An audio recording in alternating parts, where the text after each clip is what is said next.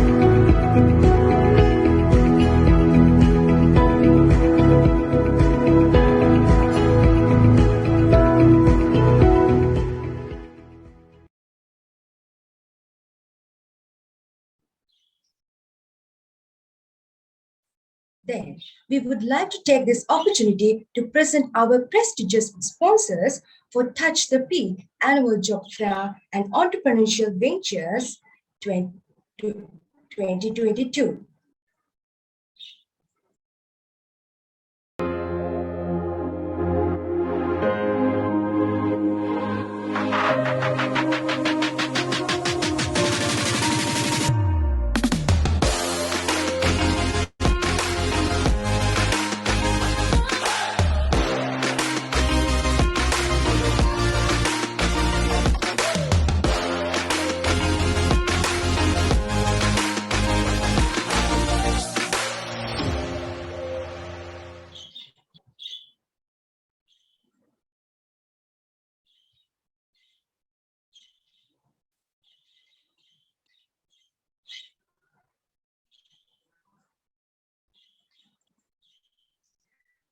Please remember, all participants will receive a valuable e-certificate. Stay tuned till the end of the session. As the next step, please let me introduce our resource person for today. This incredible character is the Manager of People Development, Quality Assurance, and the Service Culture in Dialogue Asiata PLC. Please welcome Mr. Ajmal Hussain. He has more than 13 years of experience in the segment of training and people development, having shared his knowledge and expertise with people from various segments spanning customer service, technical, finance, human resources, and education. In March 2022, He became the first Sri Lankan to be named among the US-based training magazine's top 5 emerging training leaders and the only individual outside the US to be listed in the top 5. A very good morning, dear sir. We are Hi, very very good thankful. morning. Hello, Dilrangi. Thank you very much for that beautiful introduction. Lovely, I should tell you. And I'm glad to be here. Thanks for that introduction. Can I ask you a question? I've been in Zoom after a long time. So this one, the broadcast, the text there is. Can you see it clearly, or is it upside down? Yes, sir. Yes, we can see. Okay, right. It's not upside down, right? For me, it's upside down. I remember Zoom or Teams plays the fool a little bit, but if you can read it and it's not upside down, then I'm okay. We are very thankful that you are here, sir. Sir, now you can guide these young undergraduates with your stimulant words for success. Absolutely. Thanks everyone for joining in. First up, good morning to all of you. I see a number of people, 109 now, and I'm thinking the number will only go up because I've been observing over the last few minutes that it's just been raising, right? Over from 60, it's gone to 70, it's gone to over 80, 90. Now we've got 100 plus. It's always lovely, right? When I see 100 plus people, I actually imagine an auditorium full of people. 100 is a big number. Bigger the number, the better we can actually talk about. And it gives me more energy to talk to a large crowd than speaking to a smaller crowd. And you guys have actually made my day by turning out in numbers, 115 now, which is just fabulous. Right, to do the stage setting, I'm going to start off with a bit of questions. You can easily answer those questions on a digital platform called Mentimeter. Well, if you have not used Mentimeter before, don't worry, it's a very straightforward application. You can use it through your mobile phone, or you can answer questions for me on your desktop too. I'll tell you how it works. I'm gonna give you a link on the chat. So head to the chat. You will see a URL. I've sent in a URL, www.menti.com.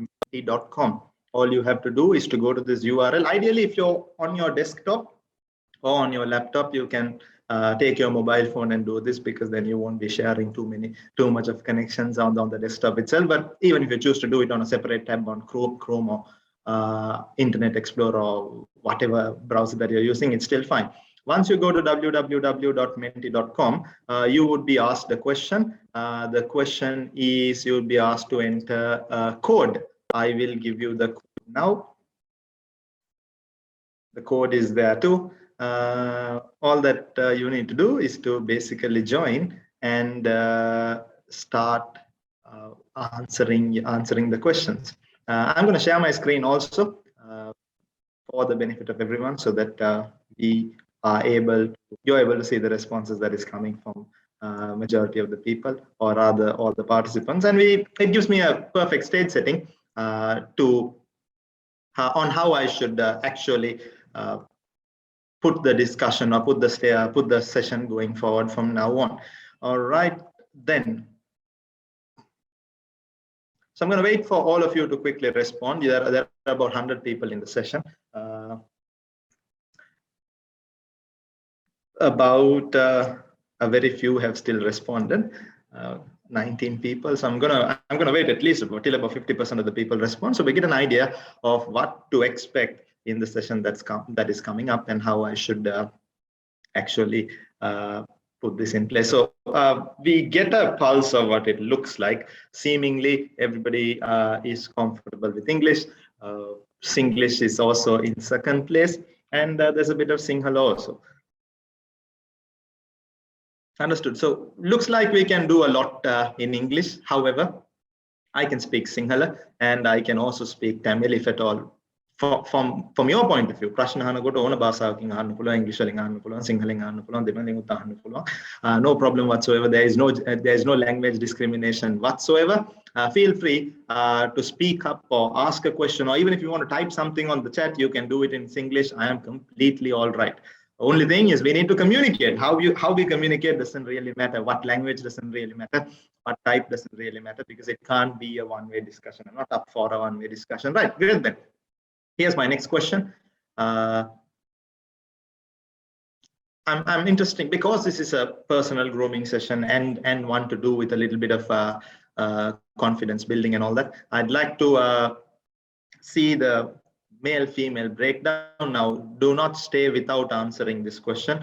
I need as many as you to many as possible to answer this question. Ideally everyone. Well, if not, at least a good 70-80% should give me the answer to this question, so I know what kind of information is, what kind of audience is on the other side. Looks like it's a majority female crowd by the look of it. 18% males and a massive 82% females on the other side, but it's only representative of the 40 people who've responded. If you haven't responded, well, take part in this survey. It gives a stage setting. Go to pick up your device, pick up another device that's connected to the internet, or even another tab on your laptop or desktop. Go to www.menti.com. It's there on your chat. It'll ask you for a code. Enter the code 9539068, which is also there in the chat, and send in the responses. Answer this question. This is not a question about the content that we're trying to discuss. This is not a quiz either. This is for me to understand the kind of people that I'm going to talk to over the next 1.5 hours or so. So when I know the audience better, I'm able to disseminate better knowledge. Right, close to about 50 plus people in answering the question, and it seems to be a majority female crowd. Great. Now I know some of you, all of you rather, are in uni, but some of you may have done some internships. In case if you have, I'd like to see if you've got any work experience whatsoever. I'm asking this question is because if you do, then you know this grooming and confidence and facing interview to some extent. Well, if you haven't, then if you've never worked before or never faced an interview before, then I know some of this content. I must go deeper into it and be a little bit more specific in that is coming up. All right, good. Whole bulk of answers seeming to have come in. If you haven't responded, please take a few seconds and let me know. So we've got a few people who have about 2 years experience. About 60% of the people have never worked before, and there are about 34% who worked somewhat. So we don't have a crowd that are completely alien to interviews and working, which is good. You can help me with the information that you have. I can share the information that I have. So we make a cumulative wealth of knowledge by the end of these 2 hours. Good. Thank you for the responses. This is also for me to understand how I can pitch some of the activities, whether I will go ahead with everything that I want, or maybe not do a few. You're joined in through what? Your desktop or laptop, your mobile phone, or through your tab. That gives me a better understanding of your setup.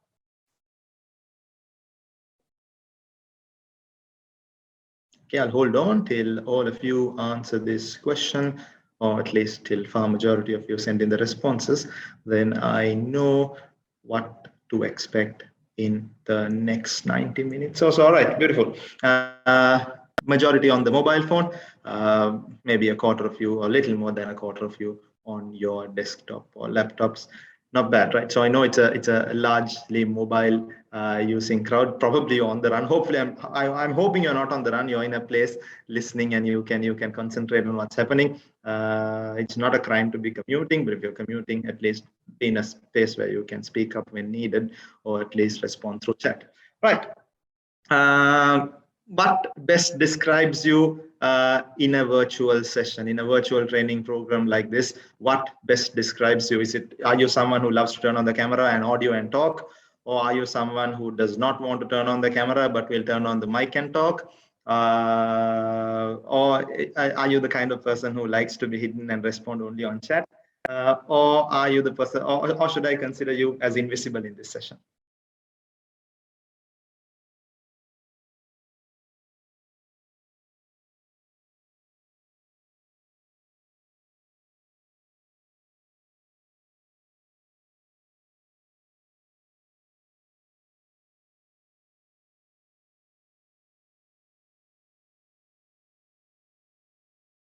I'm silent because I'm looking at the responses coming in, and there seems to be quite a close competition between no camera but will turn on the mic, and also liking to be hidden and respond only on chat. Right, not bad, but still there's a good 4% of people who will love to turn on camera and talk, which is not bad as well. If at all the opportunity comes up, I don't know who this 4% is, it's anonymous. Whenever I ask somebody to turn on the camera and talk or share some of your views, I'll depend on this 4% to come on and speak. But the rest, yeah, I'm okay, I'm fine. You can respond on chat, you can respond on the microphone, which is cool. Anyway, when you have a session that has 100 plus people, not everybody would be able to talk because it's going to be a messy situation. This is the ideal setup. Like I said, you need to be responding. I'm glad that nobody said, consider me hidden and don't talk. Think that I'm not there. Nobody said that. That's perfect. So all of you are looking to respond in the attempt of learning something, which is fabulous. Lovely. Probably my last question is this. But yeah, I think my bad. There seems to be a spelling mistake and something seems to have gone bonkers. One thing you are looking to learn in the next 2 hours. So it's not on things, it's one thing. It's gone a little messy there. Excuse my blunder. But let me know. You can type something here. Don't worry. Anything that you type is going to be anonymous. I won't be able to know who typed it. Mentimeter is designed that way. Type something, send it to me so I get an idea what you want to learn. You've been really fabulous in responding to the survey so far. You've told me how you connected. You told me what kind of person you are, the language preference, and everything else that I would probably want to know. Even the gender population is something that I'm clear with now. But here's a moment. Tell me one thing you're looking to learn in the next 2 hours. How to conduct yourself at the workplace. Okay, great. We'll talk about that.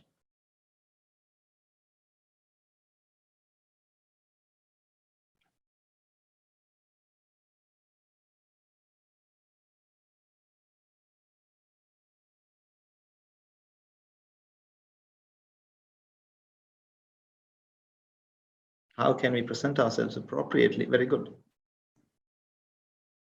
This question shouldn't be taking this long. You should be answering this question faster. I like to learn on how to develop my confidence level. Very good. How to boost the confidence and how to dress up in a professional environment, proper workplace etiquette. Lovely. Building self-confidence to become more elegant. Yeah, I love that. I love that. Right. That's needed. How to maintain our image at the workplace. Right. Dealing with management as an intern. Lovely. What are the impacts of personal dressing in interview? Okay. How to develop my confidence, how to present myself in interviews and workplace. Even I don't know exactly what is personal grooming, so I'm excited to learn. Right. Fabulous. Good. Looks like the impulse, I get the pulse of the answers that are coming in. Mostly to do with confidence, dealing with people, talking, grooming, and all that is in the picture. Right. Facing an interview, confidence in facing an interview. Yeah, we're definitely going to talk about all that. Maybe I think I'm in for a really good session. I always believe that high quality questions bring out high quality answers for real. Looks like you people on the other side seems to be people who can send in some high quality questions to me towards the end of the session. Maybe let's hold on for about half an hour for you to ask all the questions that you have, and I'll be really glad to answer everything that I can. In case I come across a tough question, if you give me a really tough one, I promise to get back to you with the right answer or a more accurate answer if I'm not in a position to answer it. Doubt if that would happen, but however, looks like the responses that are coming in is really good. Let's get into business then.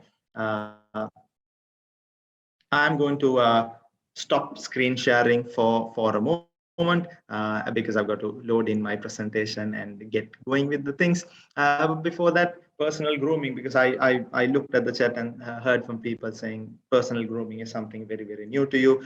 Well, yeah, believe me, when I started working way back in 2006, it was something very new to me as well. In school, here and there, I'd learned it, and I've looked at it here and there. That was not the time the internet was really flourishing. Yeah, we had internet, but it was not as available as it is now, right? It was difficult to access. So there was a little bit of knowledge that we had gained, and from there I came in, and now going back to 2006.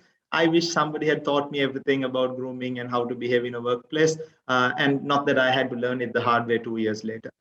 So today, I'm going to tell you everything that I know. Any question that you come in, even the toughest question that you bring in, I'm going to be very vocal and answer it out. So by the time you get into a workplace setup, you're ready. You don't look like you're a intern or anything. You don't look like a starter. You look like a professional by the time you start working, which is good. I love some of the questions and areas that you wanted me to speak on, which is coming up, which are definitely going to speak on.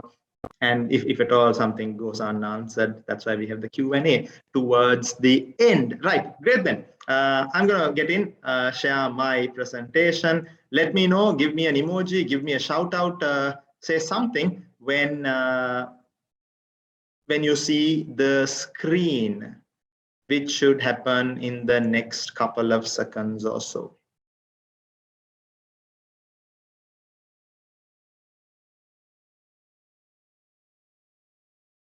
Hold on, no, not still. Right, now you should see it now. Let me know, say something on the chat if you can see my screen. So we can see the screen. All right, perfect. Thank you.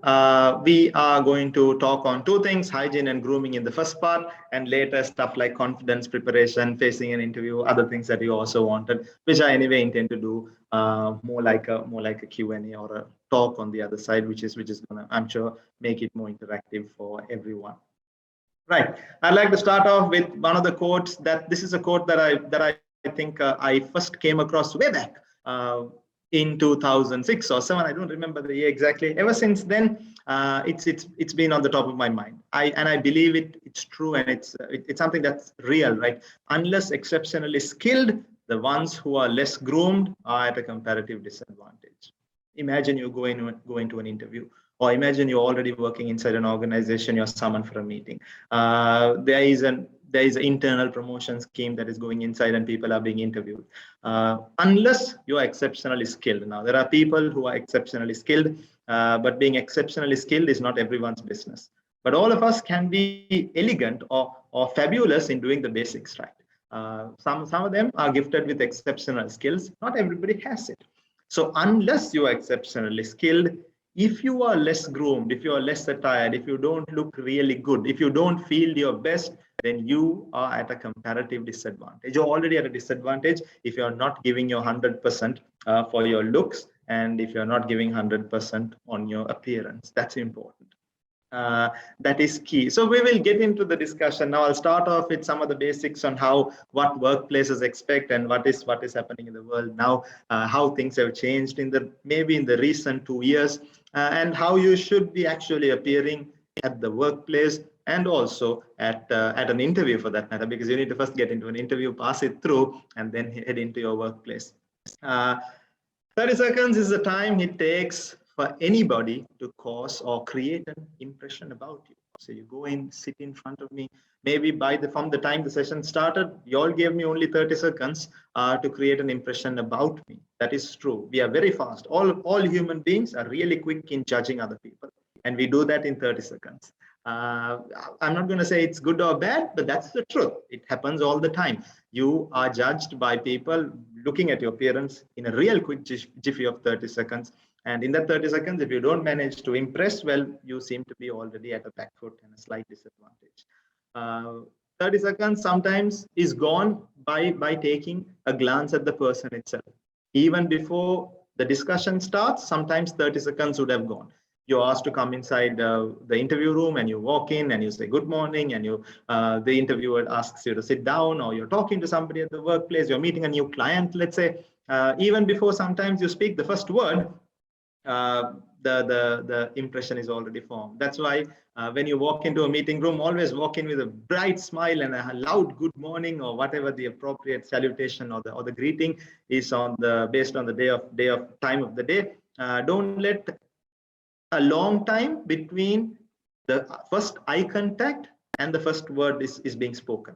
The first eye contact and the first word should be spoken in a couple of seconds. Don't let a window of 30 seconds go between that, because you're creating a disadvantage. Because if you're someone who can speak well and you're loved by your friends as a person who is very, very hospitable and pleasant, then you have an advantage of that. So as soon as you step in, make the eye contact, start speaking, it's good. Needless to say, 30 seconds is the time that you have to create an impression about yourself in somebody else's mind. Same thing, right? When you start interacting with somebody else, in a really quick window, you've already formed an impression about somebody. We all behave like that.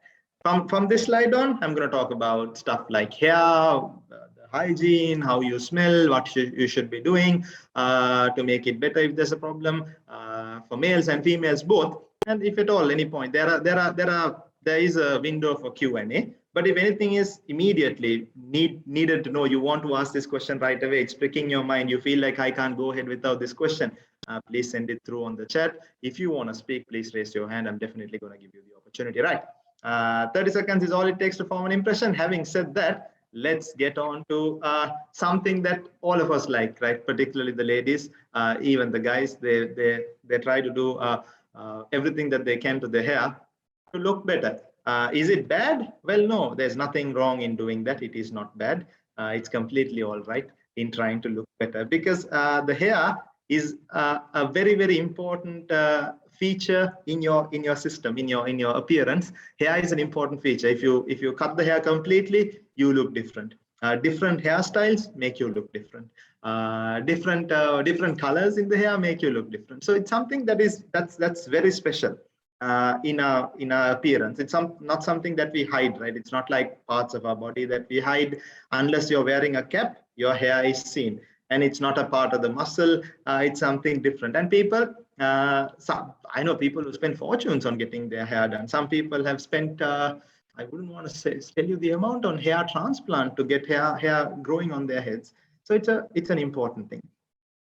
If you've got good hair, well, you're lucky, you're blessed. Good hair means straight hair that flows and that looks elegant and beautiful by nature. Well, even if you don't have good hair, don't worry. There are ways on how you can make your hair look good. Now, what should you be doing to your hair? Is it okay to walk into a workplace with very dry hair, no oil, no wax, no gel or nothing? You walk in there and it looks dry, it's wavy, some parts pointing upwards, some part pointing leftwards, some part pointing rightwards. Is it good? Well, no, that's not really great. Then is it okay to grow your hair really long and look like a bit of a Tarzan in the whole thing? Well, that's not okay too. Look at the two guys in the picture here. Well, that hair is okay. That's fine. They look cool.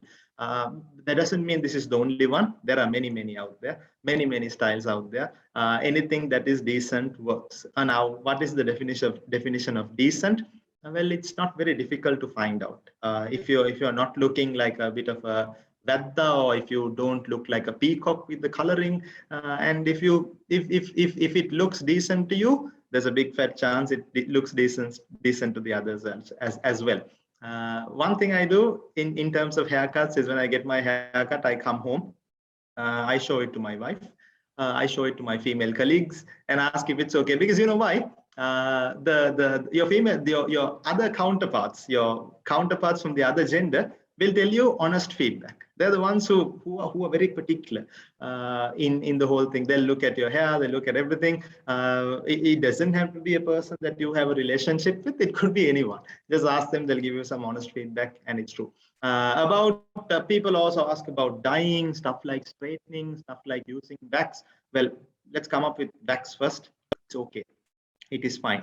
If your hair needs wax, it is okay. You definitely need to use it to pull it up or put in a particular direction. My hair is one of the most horrible ones in the world, I think.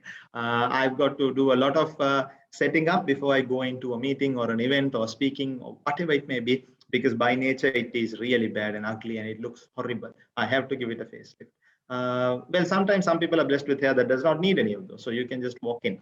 Questions come in: is it okay to face an interview with loose hair, or should I tie it? Okay, that's a good question. Can you face an interview with open hair? The world has become quite modern. You can go in again.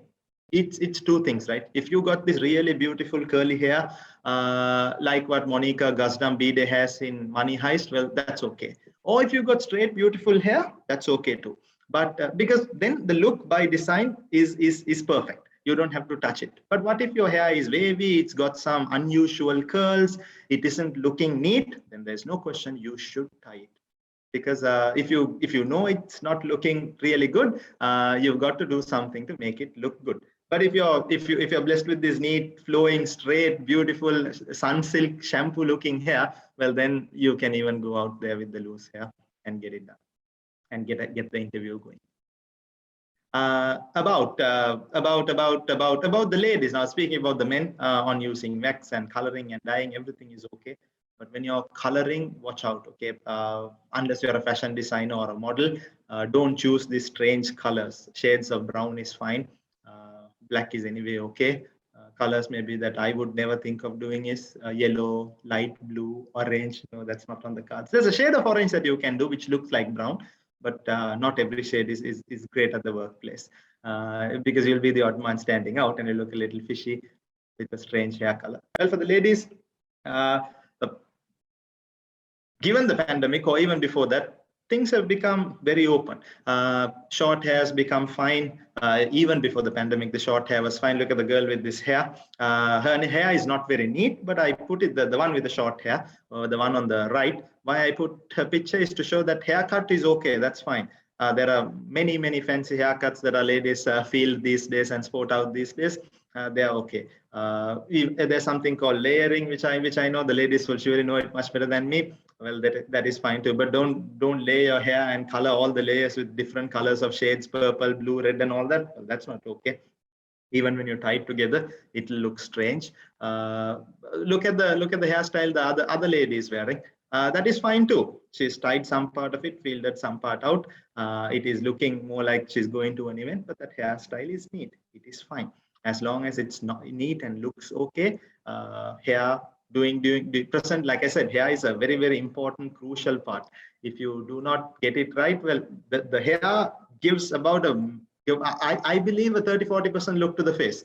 It doesn't mean sometimes even no hair contributes. Some people look really good without hair, and when you've seen them, particularly for the guys, you've seen them again and again without hair. You've used to their beautiful head, and suddenly when they grow hair, it looks strange. So hair adds a lot of value. If you got some great hair, well, hang on to it, take care of it so that it lasts as long as it can. If your hair is not great by nature, like mine, still all right. There are many ways how you can make it look better. Use wax, use gel, you use a good shampoo. That makes a big difference. And keep it clean, right? And neat. That's the whole thing. Large thing, even for ladies. And for the men, particularly men, because ladies, we don't need to tell them to take a haircut. They do it on time all the time. I haven't come across a female colleague who looks like, you need a haircut. No, that has never happened, because they groom it so well by design. Either it's tied up, or they've already had a haircut, or they're fielding a new style altogether. They've done the perfect job, so you don't actually need to go and tell them. But guys, there are more often than not, we come across situations. You tell me, because we wait till the last moment to cut the hair. That's not good. You should get a haircut before somebody tells you need a haircut. Meaning that when you get a haircut, nobody should also notice it. That means you've had a lot of hair before, and now you've had a haircut, and people are able to notice that you've got a haircut. That should also not be the case. So have a window. I had a hairdresser. He left the place. He left the place he was working, and he's now in Portland. When that guy was so I miss him so much. But when he was there, he'll call me. He has a calendar. He marks and he'll call me. I think you need a haircut now. And when he calls me, it's just exactly the right time. I need a haircut. I go and get it done. Nobody would notice I had a haircut, because it's just about the time it's about to overflow. You give it a cut and people don't notice it. So hair plays an important role. You've got to take care of it, and maintaining it is much more important. And it's not for people only in the corporate world, right? Look at people in other industries. Look at sport. Look at cinema. Well, actors grow and change their hair based on some of their roles, but even look at people out there who do social media stuff, who work for popularity. Everybody takes care of their hair. Why would a person like Virat Kohli or Kumar Sangakkara be really worried about their hair? Because they are not working in a corporate setup. But it matters, because the hair denotes a part of your personality. So it's very important that you get your hair right. Questions? Any more questions that are coming up? I'm glad to take it towards the latter part. But if at all, like Jai Singh had asked a question, please feel free to set it up. I think it's come through direct message, but it's okay. I'm gonna read it out. All right, hair, one more. So like I was saying, everybody does not have the blessing of having amazing hair. I don't know when I will lose my hair, though for now it looks good. I don't know for how many more years I'm going to have it. Which of these would look better to you? So you're working in a workplace and you have this colleague. You have two colleagues. Both of them seemingly have a hair problem. One of them has a fully shaved head. The other one's head is looking like A and B. Which one would you want to see more? Which one is more pleasant, or which one is better? Which one looks okay? Which one looks more suitable for a corporate setup? Let me know. You can go to the chat, tell me A or B. Open up the chat, give me a or B. Trash those answers in, because this is not a question that you need to take so much of time. Tell me which one looks better to all of you. Which one? See, there's no right answer, wrong answer to this. Which one looks better to you? It's the right prashna, easy prashna.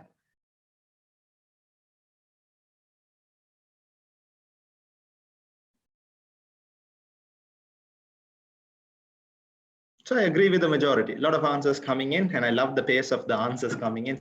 Sometimes it's very boring and very annoying when nobody responds to a quiz, but when it comes at this pace, it's lovely. So keep it coming. There are very open-minded people here. They like both, which is okay. There's no hard and fast rule, right? You can't feel the hairstyle like B here. There's nothing wrong. But to me, and to like majority of you, A looks better. So if you think you're losing hair in strange places and it looks ugly, particularly for the men, well, then yeah, you might consider shaving it off until at least some treatment works out. Because it is better to have a bald head and create a new personality with a bald head than having a ugly hair, than having hair lost in strange parts of your head. So sometimes you have to make a bold decision to improve your personality. There are people who decide to put up wigs, and then they later realize, okay, I don't think I need this wig. People go through this phase, right? When they lose hair, immediately they go and do hair transplant, or they put up a wig. At some point in time, they think, I'm sick and tired of this wig. I'm going to take it off. My bald hair, my head has no hair, but that's all right. And they boldly come out, and that's all right. Look at our recent politician Ranjan Ramanayaka. I don't know if he has a choice or not, but he was fielding a wig for a long time, and now he's decided, I'm going to just take off the wig. I'm going to be bald-headed. That's all right. There are many other people, even actors who've gone from having amazing hair to bald head. That's all right. It's okay. Yeah, it would slightly for a few days affect the personality. Suddenly people will look at you like an all new person, but don't worry too much about it. Over time it's going to be okay. Again, if you are losing hair still here and there, and you can maintain it with hair, go ahead, but only if it looks ugly. You have to make this bold decision of taking it off, because then it may look better. However, you've got to keep shaving it very often to have that zero level in your hair. Well, hair. Speaking of hair, and hair on the head is one thing. Hair on the other parts of the face is another thing. Facial hair, hair from your ear, hair from your nostrils. It's for everyone. It's everyone's business, right? Not particularly for males or females. I know the females do a good job in doing this thing called threading. I see my female counterparts and colleagues, they do a good job. See, we have conversations on this whole thing, how they get it done. At least like once in 30 days, I see their face beaming up and looking really good. When I ask them what they did, they've done a bit of threading. They've done some enhancement to the face, not major ones. All that can be done in a salon, I think, for a cost of 5,000 or so. If you're earning a salary, then doing all that is worth it. Until then, if that amount is big, don't try and do it. But yeah, they do the eyebrows really well. Any facial hair seems to be gone. I know this process of threading, how it happens. The ladies surely know. It's done without, the hair is taken off without the usage of a blade or any sort of scissor or any shaving cream, nothing, right? Thread, just the thread, and you do something with the thread. I know it's a bit of a painful process, but it makes the skin look really nice, and takes off any unnecessary hair from the face. It's beamingly good. Beard, now facial hair, or otherwise known as beard, is something that is mostly to do with, or all the time to do with men. What do you do with your beard? Is it bad to have a beard? No, it's not bad to have a beard. Look at people across the world these days. Most of them decide to feel the beard. Some of them decide to take it off. Some of them decide to have it. Is it bad to have a beard? No, it's completely all right. Some of them decide to grow a long one. Some of them to keep a really trim beard. Some of them decide to give it a 0.5. That's the maximum trim you can do in a home trimmer, or shave it off with some shaving cream. All that is fine. Look at Virat Kohli in the middle. His beard is a little. I won't say it's even 1 or 2 in the trimmer size. Looks a little bigger, and that's okay. It looks good. It doesn't take away any good look from the man's face. It's fine. Can you go for an interview with a beard like that? Absolutely can. There's no hard and fast rule. You need to shave your beard off. This casual beard that you see the Professor fielding, the first one, of course, is a model. I don't know who that is. In the middle is Virat Kohli. On your right hand corner is a professor from Money Heist after a lockdown. If you haven't watched Money Heist, then you're a dinosaur. His beard is also quite popular. Ever since the TV series became trending, you see guys trying to feel his look, that beard, that hairstyle. Try and give it a decent professor remake of themselves, which is all good, because the professor look isn't bad as well in a workplace. The only thing is, genuinely look with a hairstyle like that and a beard like that. Look in front of the mirror. Do you believe that it suits your face? Well, if it does, that's all that matters. If you genuinely feel no, it looks ugly, a few of your counterparts from the other gender tell you it's ugly, well, then it's a loud indicator to tell you that you need to take it off. If not, it's fine. So again, be careful. You don't have to worry about having a beard. But look, all these guys who have the beard have done their part. If you're growing a long beard, you've got to get the lines at least once in 2 weeks, right? Here and under your neck, or do a trim to 0.5 or 1 or whatever you may want to make sure it looks neat. You can have a beard, but you definitely cannot have a beard that is not neat and ugly. It doesn't take you anywhere. It brings your personality down by a large margin. Then hair that grows out of your nose. For some people, the hair grows out of your nose and you can see it. For some people, the hair grows out of your ear and you can see it. What do you do? Can you ignore it? No, that's why there are trimmers. There are trimmers made to cut your facial hair. There are also trimmers that are made to cut the hair inside your nose and inside your ear. Use those trimmers, cut it out. If you do not want to invest on a trimmer like that, well, do it with the scissor. Do a safe job with the scissor. Still works.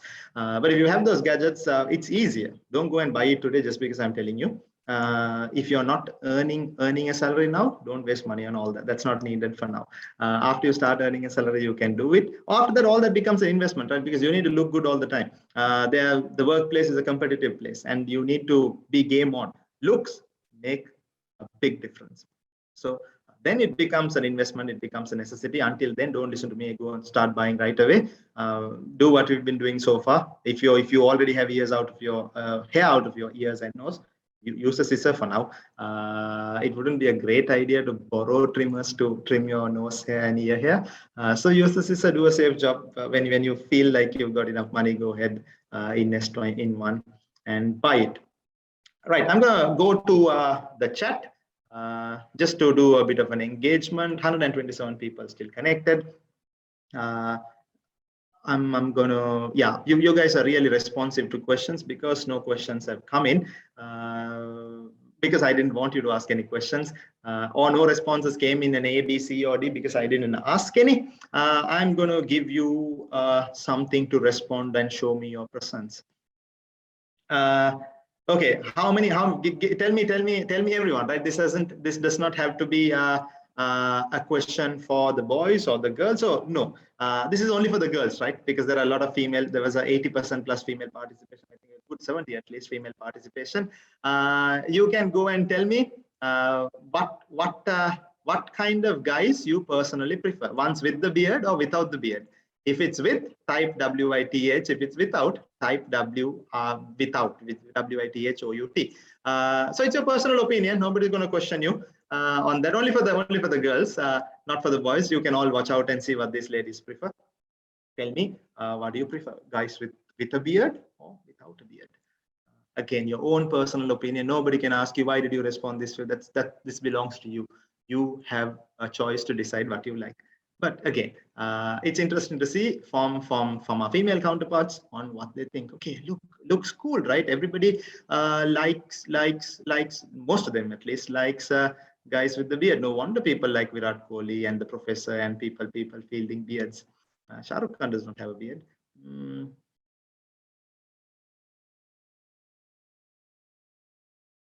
Mostly without, yeah. So there are people, as long as it matches the face, right? That's cool. That's coming from Anukia. If it matches the face, then it's okay. If not, maybe you rather would have take it off. I saw somebody who said well maintained. That's very good too. Anulakshi, that's key, right? If regardless of how personally smart you are or how naturally blessed you are with your amazing good looks, if you have a beard and it's not maintained, well, you're pushing down your personality right down to the bottom. Yep. Both, there are people who say both, with and without, but seems like the girls these days love the men with the beard. Again, that was a fun question out of nowhere. The guys can choose what they want to do. They can decide to go with the beard or go without the beard. Just take some cues from the ladies who've given us some advice. If you want to wear one, yeah, just ask yourself honestly, does it suit my face? Then let's go ahead with it. Even if it suits your face or not, and you decide to have, and you are arrogant or adamant to have a beard, make sure you keep it trimmed and looking good. That's that bit. Next one brings one of the most interesting discussions to the table: breath and dental health. Breath and making sure your teeth look good. Before you go into a discussion or before you go close and talk to a person, make sure that you avoid food that bring a powerful odor. Right now, one example, there are two types of people in the world, like the memes say, right? There are two types of people in the world: the one who love durian, the other kind of people are the ones who hate durian. මැද කවුරුත් නැනේ හැම දුරියන් වල ටිකක් ආසයි සමහරවල්ලාට කනවා එහෙම කවුරුත් නැහැ මේ ලෝකේ from what I know. There are either people who love durian or I hate durian. So if you're a durian lover and you gulped a lot of durian and you go close to a person who hates durian, then he's not going to like to be very close to, he or she is not going to be liking to be very close to you. And I've had durian once in my life. I belong to the second category. I hate durian. And I remember for the next 5 hours, whenever I was burping, I was getting the durian flavor.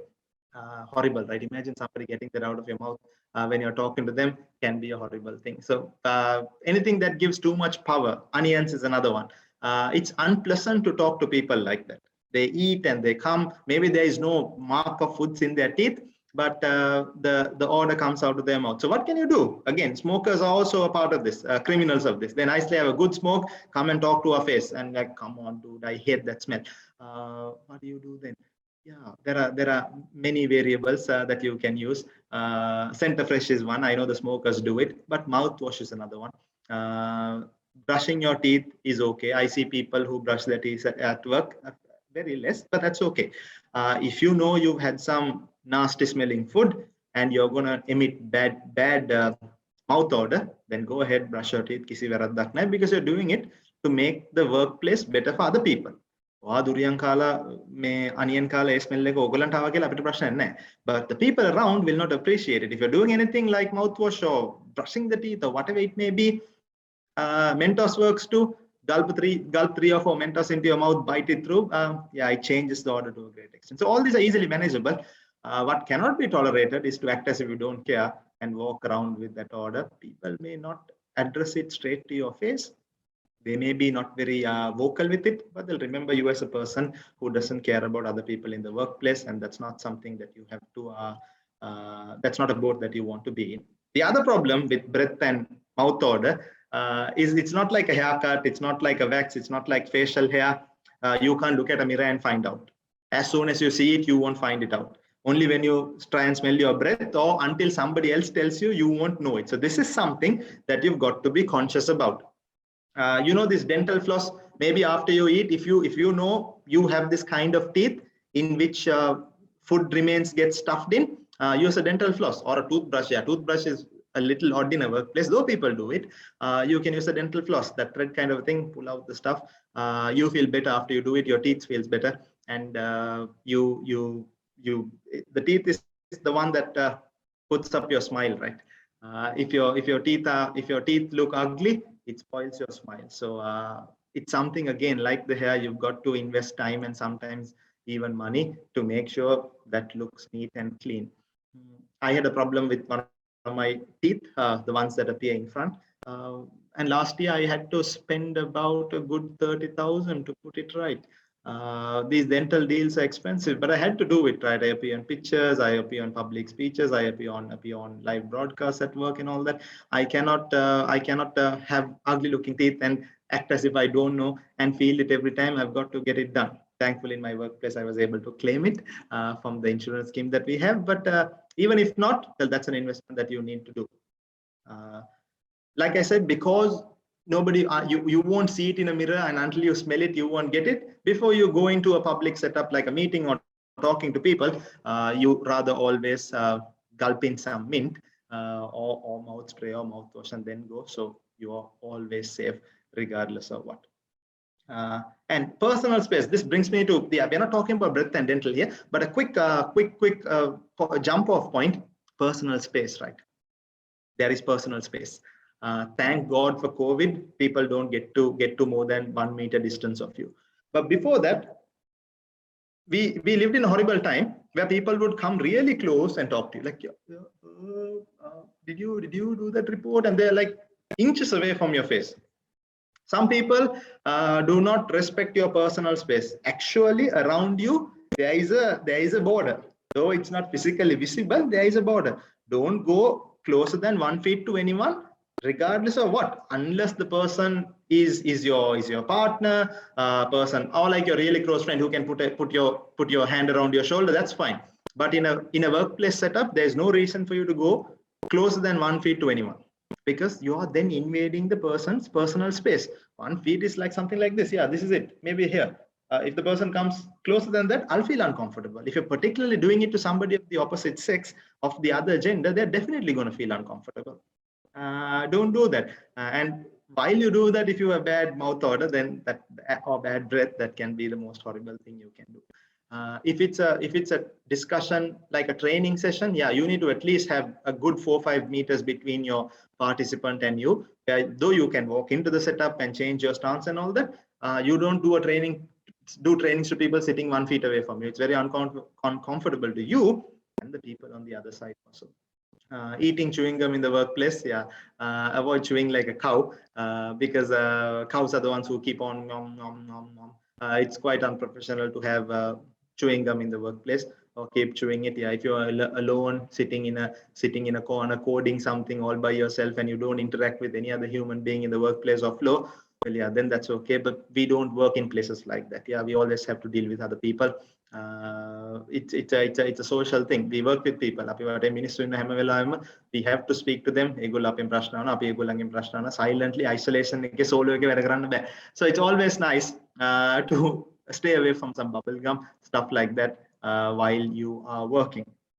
Again, is it a good idea to invest on your teeth? It is. If your normal toothpaste is not doing the job and it is leaving you with a lot of yellow color teeth, yeah, maybe spend a few hundreds and buy a better one that will whiten your teeth.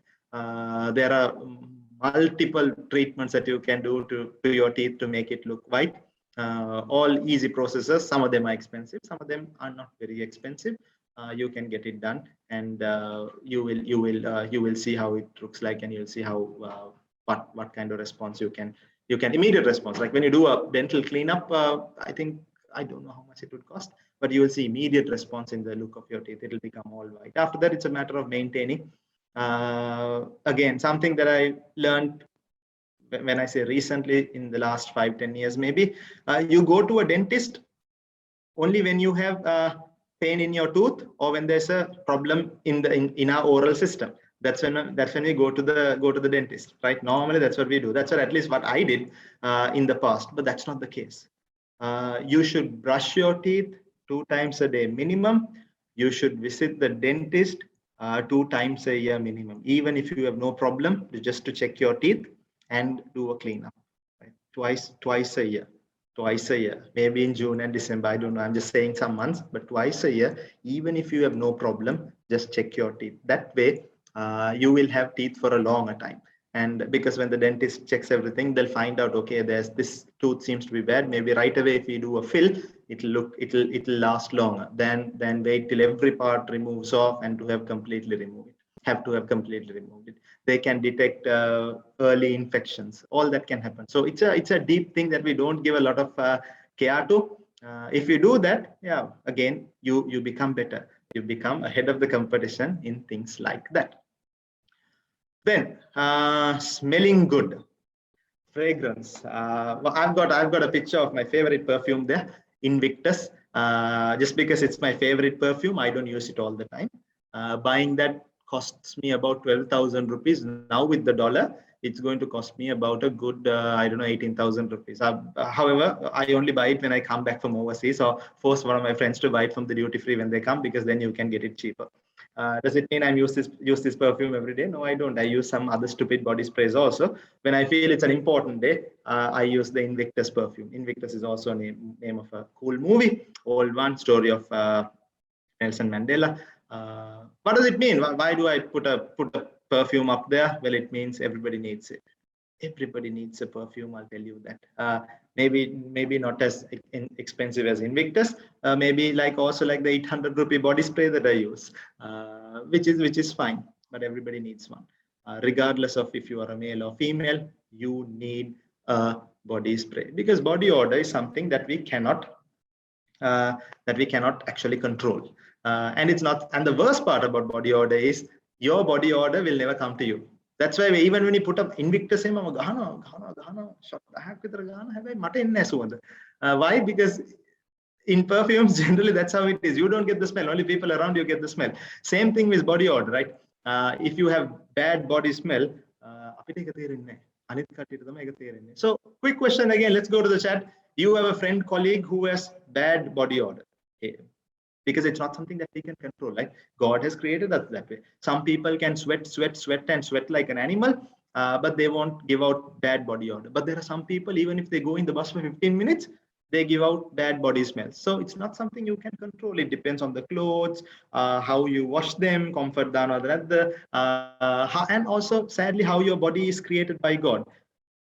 And it's something that you can't control. You can't naturally stay away from body odor, but you can fight it with ways like what we're going to talk of. But here's a question. You have a colleague or friend, maybe in your university or after you go to work, your workplace, they have bad body odor. When you go close to them, you get a bad smell. But they don't know. You know it. What would you do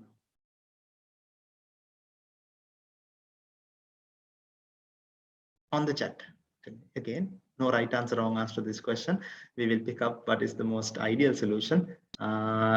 In very short words, one of your colleagues or co-workers has bad body odor, and you know it. I would gift a perfume, right? Very standard approach, right, Ashika or Ashika? Anything else? There is this, I'll tell you a real life story, Ashika. This has happened. There was a secret Santa at the end, and whoever who was the guy who was supposed to gift the guy who had bad body smell, gave him perfume. You know what? He gifted that perfume to somebody else. He didn't use it. The problem was never solved. So people can trick you with things like that as well. The others, what would you do? What's the best thing you can do? For the first time ever in the last 1 hour or so, one person has answered the question. That is so bad, right? You guys have gone all silent. Definitely not what I was looking for. One more answer has come in. It's better to say indirectly without hurting them. Okay.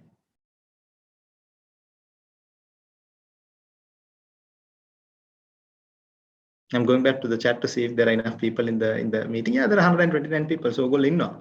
But you choose to remain silent. Come on, guys. There's no right answer, wrong answer here. What would you do? Let's discuss what's the best thing that you can do. Gifting a perfume. Yeah, thank you for the answer. Good one. Better to say indirectly. That's a good one too. What would you do? Just ignore. Yeah, see, or telling them personally without hurting them. Very good. So I wouldn't actually decide to ignore it. Gifting a perfume sometimes wouldn't work. Directly, indirectly, yeah, you definitely should not hurt them, but you've got to tell them. That's the truth. Tell them very personally. Yeah, make a really good start. Make a very personal start. Say, look, dude, or do that, or whoever. This thing of bad body odor is not something that we can control. I don't know if nobody has ever told you this. And also, you know what the bad part is? You don't get it, right? Only the other people around you get it. Maybe someday, if I get bad body odor, if bad body odor comes from me, you've got to tell me. But I'm here to tell you that, you know what? I think you need to use a perfume because you're getting bad body odor. At least use a deodorant. It will help you. Very simple. Put it through. At that time, the person may not like it. That's the truth, right? Nobody will come and no, I won't like if somebody comes and tells me you smell bad. But you've got to do it. Maybe a few weeks later, a few months later, somewhere down the line, they will definitely appreciate you. Reminds me of an amazing quote from Steve Jobs in his popular Stanford lecture. He says that at some point he says it was awful tasting medicine, but the patient needed it. It was awful tasting medicine, but the patient needed it. What does it mean? It's so bad. But you have to consume it to become better, to come out of your disease. Awful tasting medicine, but the patient needed it. It's very similar to going and telling a person that they smell bad. Yeah, it is awful tasting medicine. They wouldn't like it. At that time to have it, they won't like it. But after they hear it, from the time they use a perfume, they'll feel a lot better. So somebody is to go and tell them. If you go and tell them, they may not appreciate you very much at that point in time. They may even deny it. That's okay. You just tell them and walk off, regardless of what their reaction is. It's different how people will take it. But the moment you told them, they know. After that, there's no excuse for them to have a bad body because it's difficult, right? Sometimes you have to go in the same vehicle with people like that, sit next to people like that because you work with them, sit in meeting rooms with people like that for hours and hours. So if their body odor is not really great, then it becomes difficult for you to manage the whole situation. Good. Thank you for your answers. Appreciate it. About 6 answers coming in from 120 people. Maybe next time you can give me a bigger blow of answers. Using deodorant is a good thing. If using deodorant is a tricky thing, keep a perfume, hide it somewhere in your bag. Don't hide it, even keep it outside. Store it somewhere in your bag, in whatever bag that you carry, so you can give it a bit of a press when you think your body needs it.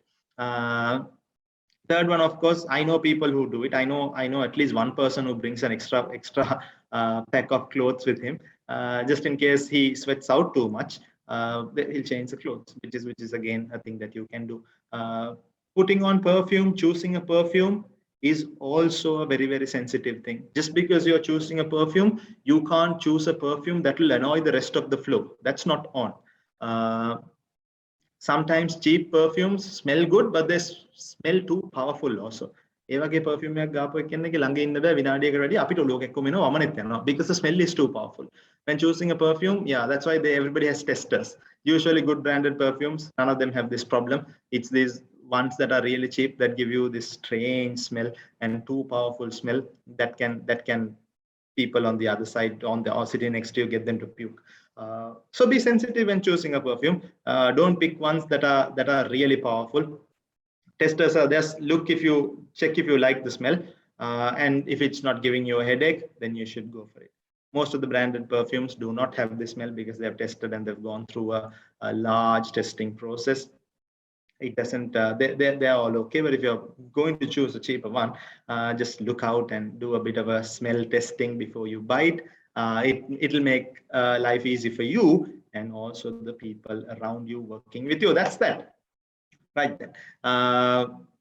About smelling good, any questions if you may have, you can throw it out now. If not, surely in the FAQ that is coming up. So quick one about hands and fingernails also, in which it's very essential to keep it trimmed. And I'm sure you can't see a good view of my fingernails. There is no excuse for growing your fingernails long, right? Yeah, some ladies decide to do it, but maybe not certainly for the men.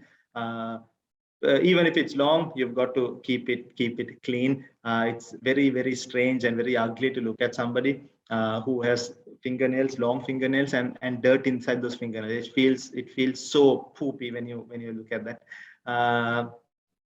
If again, most of the organizations that you would decide to work for will have a policy, a dress code policy or a grooming policy in which they explain everything. How long can your hair be for the guys, for the ladies, above how many inches how many inches above your knee can the short skirt be? All that is there. What is sleeveless?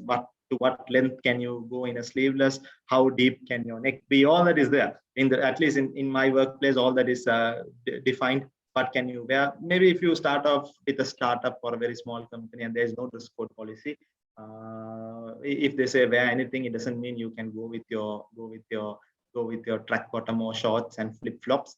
Beach shorts and flip flops don't work. You have to go with something neat. So even if your dress code policy or the organization or even the place that you are now, your university does not talk of a fingernails policy, make sure it looks neat because it adds to your personality. In our workplace, a lot of people wear nail polish, and they wear a lot of nail polish, which is when I say a lot of nail polish, many people wear nail polish. That's what I was trying to say. And it's usually of a very neutral shade. Some people, I don't know what really happens there. They give it a kind of a shine to the actual nail color that you have. I think that's very neutral and that's cool.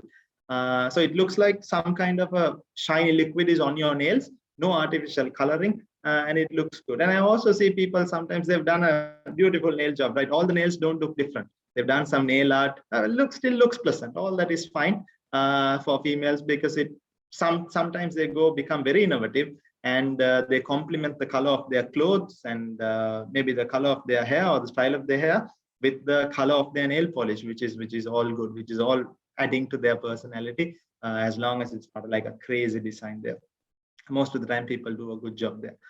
Nail polish experts would tell you how exactly it is done. Again, we shake hands with a lot of people. Every time we end up shaking hands. Maybe now with COVID, we stick to the eyebrow one and do not shake hands with many people. But if you do decide to shake hands, if you go back to that era, it's needed to be. It's essential that your hands are touchable and feel good, not like really rough hands of a wrestler. Maybe not that.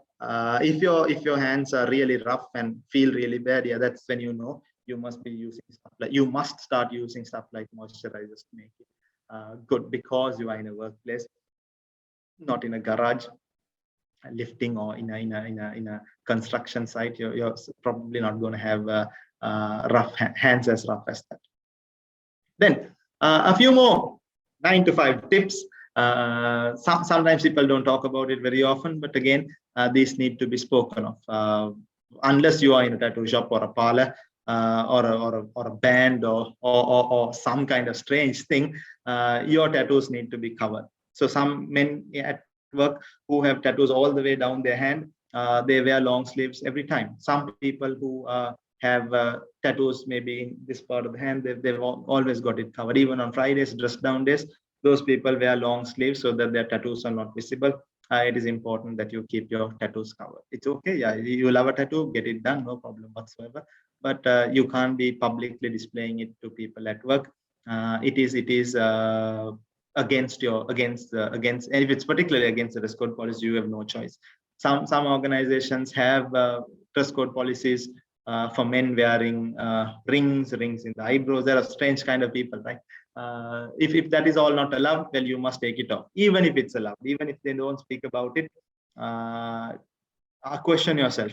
When you wear a ring here on your eyebrows, it defines your personality. It tells something about your personality. I'm not saying it's good or bad. We are in a world where we talk of diversity, inclusion, and equity. Everything is in. But when you wear a ring here on your eyebrow, you send out a message.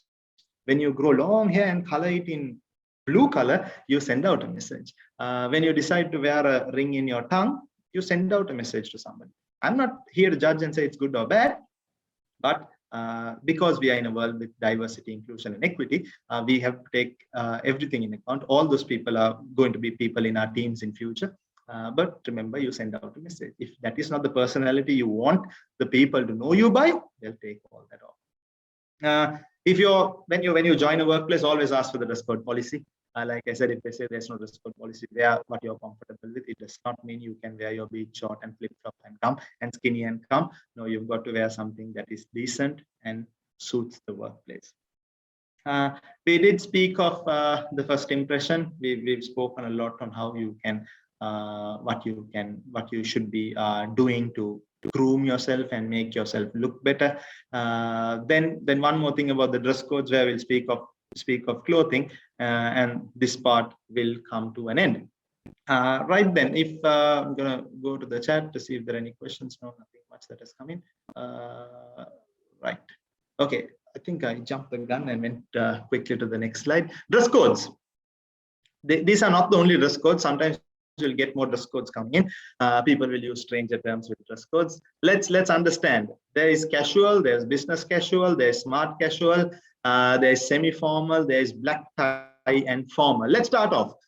First one, I'm going to throw it out at you. When I say casual, what do you think you can wear? You're asked to come somewhere for an event or whatever it may be. The dress code is casual. What does it mean?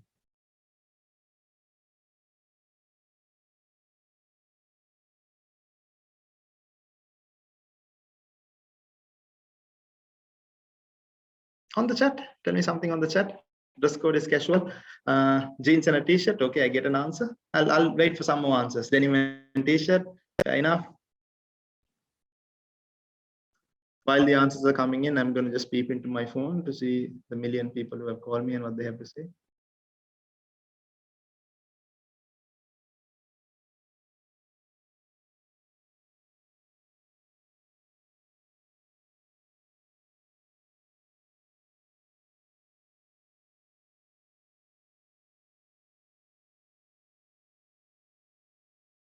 All right, nothing seems to be so much of urgency.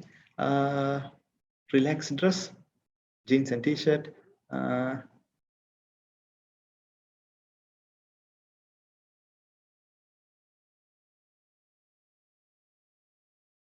Somebody speaks of a Google form, maybe a mistake.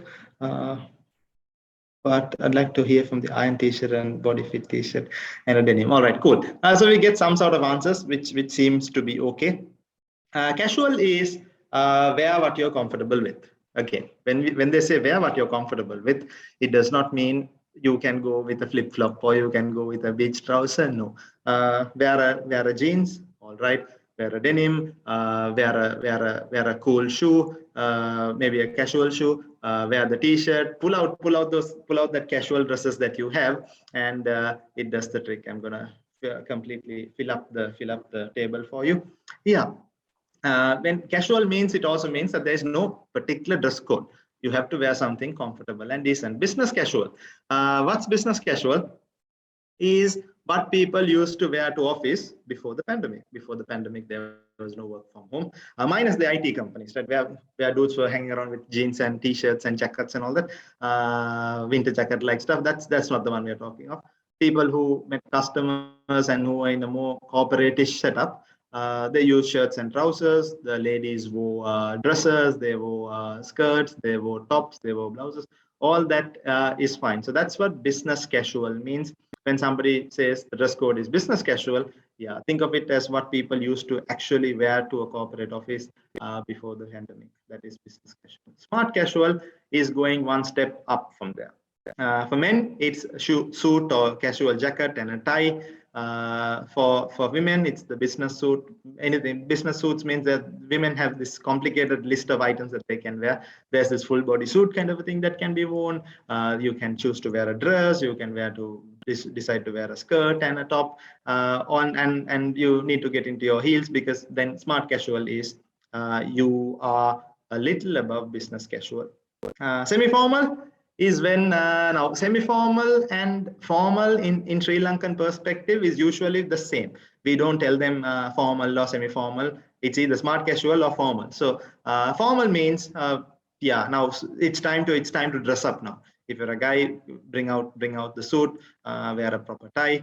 And then for the ladies, yeah, you've got to dress like you've got to step it up from smart casual also. Bring it one step up. Like I said, formal, semi-formal is pretty much the same in our country. But look out for this thing called black tie.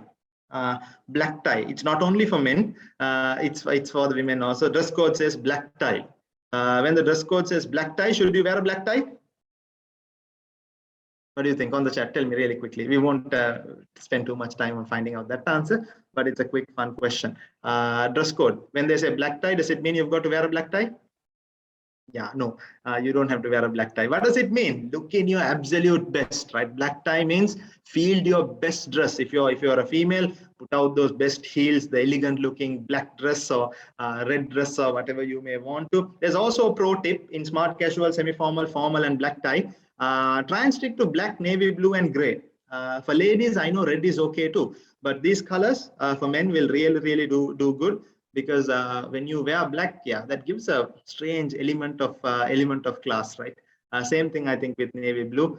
Gray can follow the list. For ladies, I see females sporting some amazingly beautiful looking red color dresses and saying, when in doubt wear red.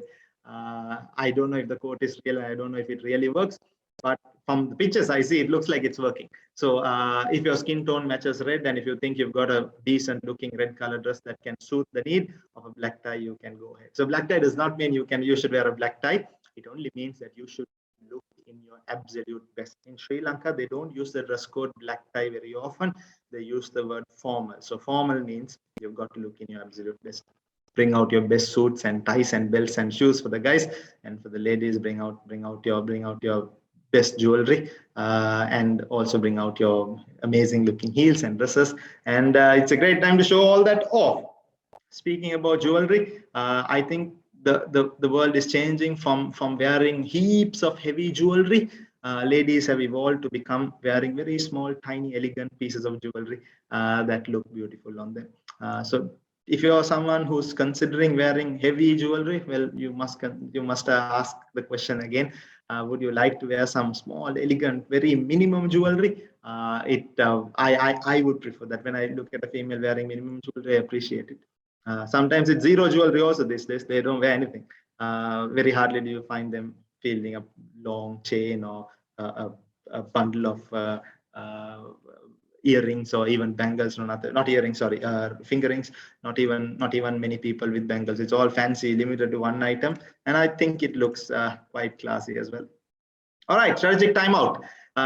Strategic timeout is a word that I steal from T20 cricket. Strategic timeout is a time to take a breather, reflect on something that we've taken, something that we've learned. So I'm going to ask all of you to go to the chat and tell me one thing that you learned so far that you like very much. So in the last 1 hour or 1.5 hours or so, tell me the thing that you like the most. One thing that you've learned that you like the most. It could be something that you learned from me, or could be something that you learned from the opinion of other people answering questions.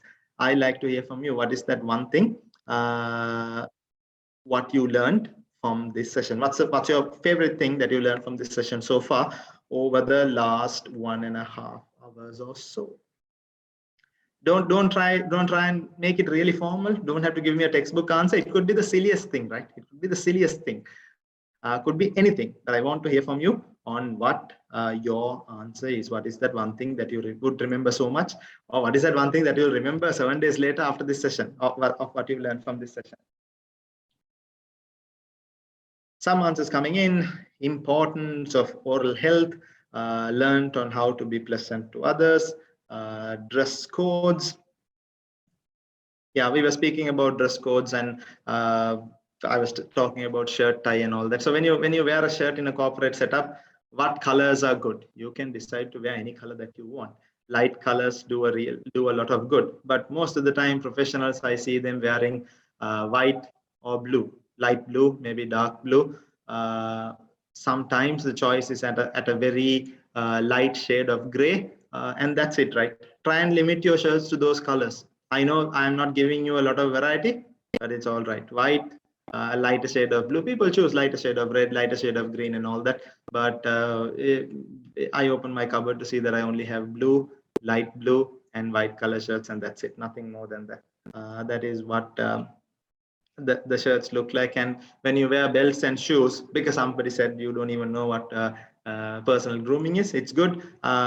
When you wear belts and shoes, you match your shoe to the color of your belt. If you're a female, if you're carrying a handbag, well, you probably know it. You match the color of your handbag to the color of your shoe.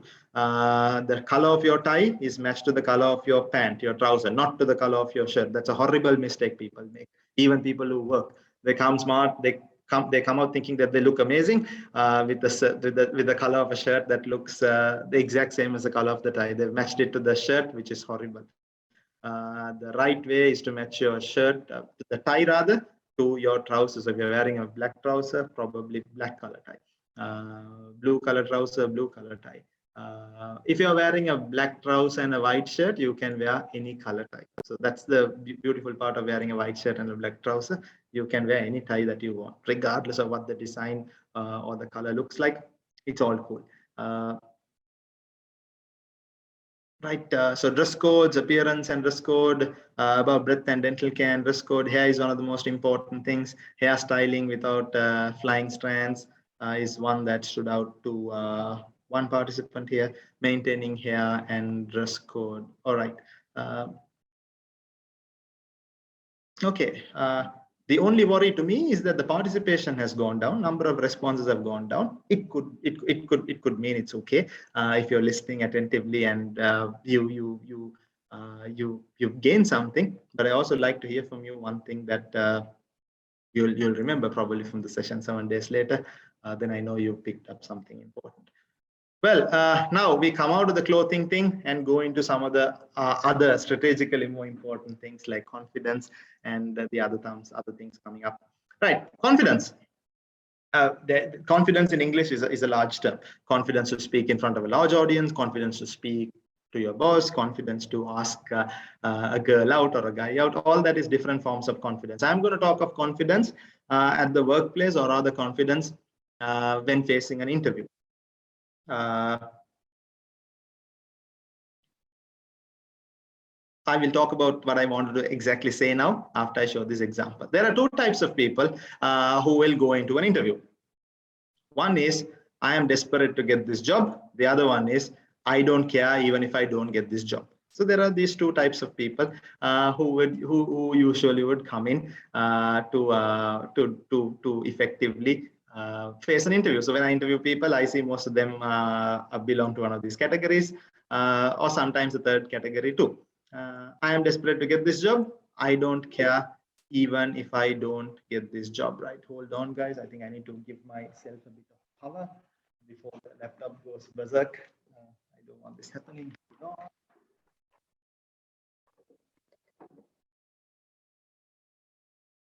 All right, you get that chance of me peeping into me.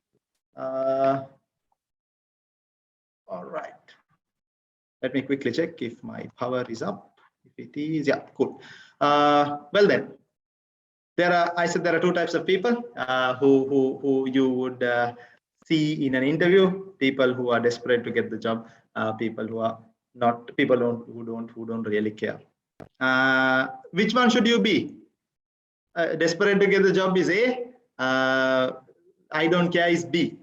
Which one would you be if you're going to take a job or going in for an interview? Which attitude would you usually have, or which attitude should you have?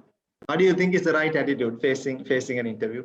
I'm desperate to get this job. That means give me an A. If you think you should act as if you don't care, then give me a B on the chat. So again, any opinion that you say, we're not going to be questioned. It's your opinion. B, because we can try again and again. If this, try more if he fails. Lovely thought. Cool. So there's a I think an equal spread of A's and B's, which also means you probably are thinking right. Not both. So Ashika has an important one. Not both. Both those won't help. C, trying your best, but if it's fine, it's fine if you fail. B, because this is not the only job, but must try as we can for that. All right. I'd like to hear more. There are 100+ people. I'm not going to finish up with about 30 responses. That's disappointing. Come on, wake up all the rest of the 30-40 people. Give me some answers. We are into the last half an hour, and I ask all of you to bring in all the energy that you have. Maybe somewhere in the middle, you can't show them that you are desperate to get the job, but if you act as if you don't care, you'll probably look like you're overconfident. I love that answer. Kavisha, if I'm not wrong. Kavisha Vennat Pulam, but since there's 70% female, it looks like it's Kavisha. Somewhere in the middle, you can't show them you're too desperate, then again it won't work. If you show you don't absolutely care, they'll think you're overconfident. That's very true. If I do an interview and I find somebody overconfident, I'll be reluctant to recruit that person. I won't straight away ask them to go, but I'll be reluctant because overconfident people are dangerous to the system, because you think you know everything, then you become overconfident, then you become arrogant, and then you become unreachable. You become a virus. So overconfident people are always tricky. Not too desperate, but not absolutely don't care, in between these two. So I've got a whole avalanche of answers. Thank you very much. One more has come into. I'm going to peep into it. I will give my best. After that, there's nothing to worry. If I get the job, it's good. If not, there's always something better. Lovely philosophical answer, which is true as well, because it's about giving your best. So to my question, where should you be? Some of them gave in the answer, even without probably seeing the slide. This is where you should be, in the middle. You should be here. If you're here, there's a big fat chance that you will get the job. You can move this dot in the middle is a scale, right? You can move it here and there based on the situation. During various points in the interview, you can move it here and there, but don't move it to the absolute corner of desperate. Don't even move it to the absolute corner of I don't care if I don't get this job. Don't be arrogant 100%. Don't be desperate 100%. Strike a balance. That way you can get a chance. You will get a chance of getting this job, getting through the interview. Forget job, like many of you said, there are many jobs out there. But this point is necessary. When you try to be too smart and too arrogant and I don't care, they will not recruit you. If you're too desperate also, people won't take you. That is norm. There's a beautiful book, the subtle art of not giving a FUCK. There's a book like that, the subtle art of not giving a FUCK, which means you don't care. Because in that book, they explain that they prove to you, when you try too much to get something, you don't get it. When you try too much to get something, you don't get it. You've got to do it in a balanced way. Same thing with confidence in facing an interview. Don't show the interviewer that you're desperate. Don't also show him that you don't care. Got to be in the middle. If you're in the middle, well, there's a big fat chance you're going to be successful, because you're neutral there and your real self comes out.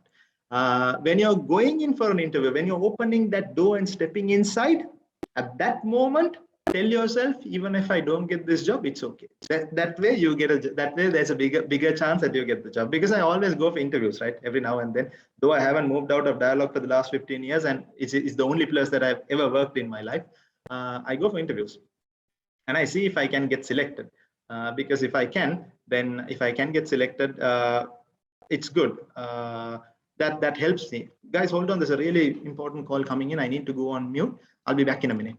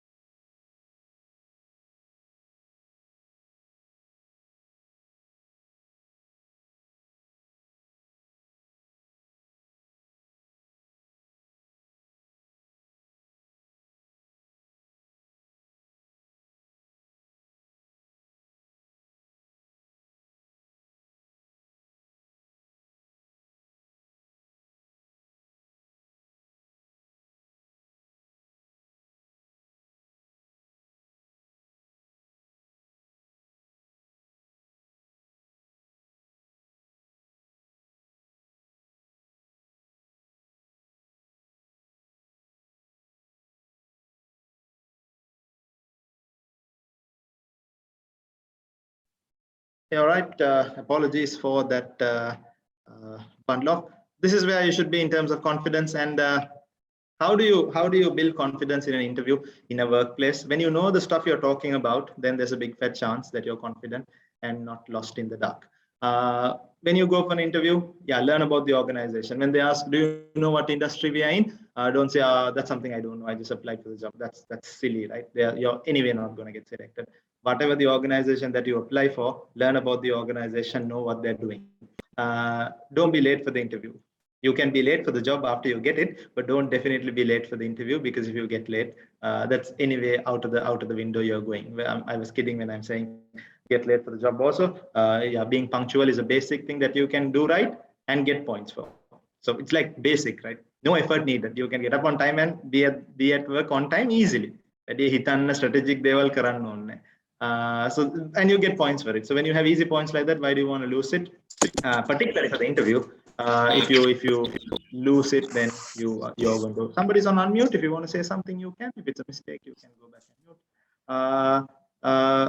When they ask you tell this interview question, right? Tell me about yourself. It sounds like a dumb question, because everything that you want to know is already in the CV. Why would anybody want to ask you, tell me about yourself? It's relatively stupid.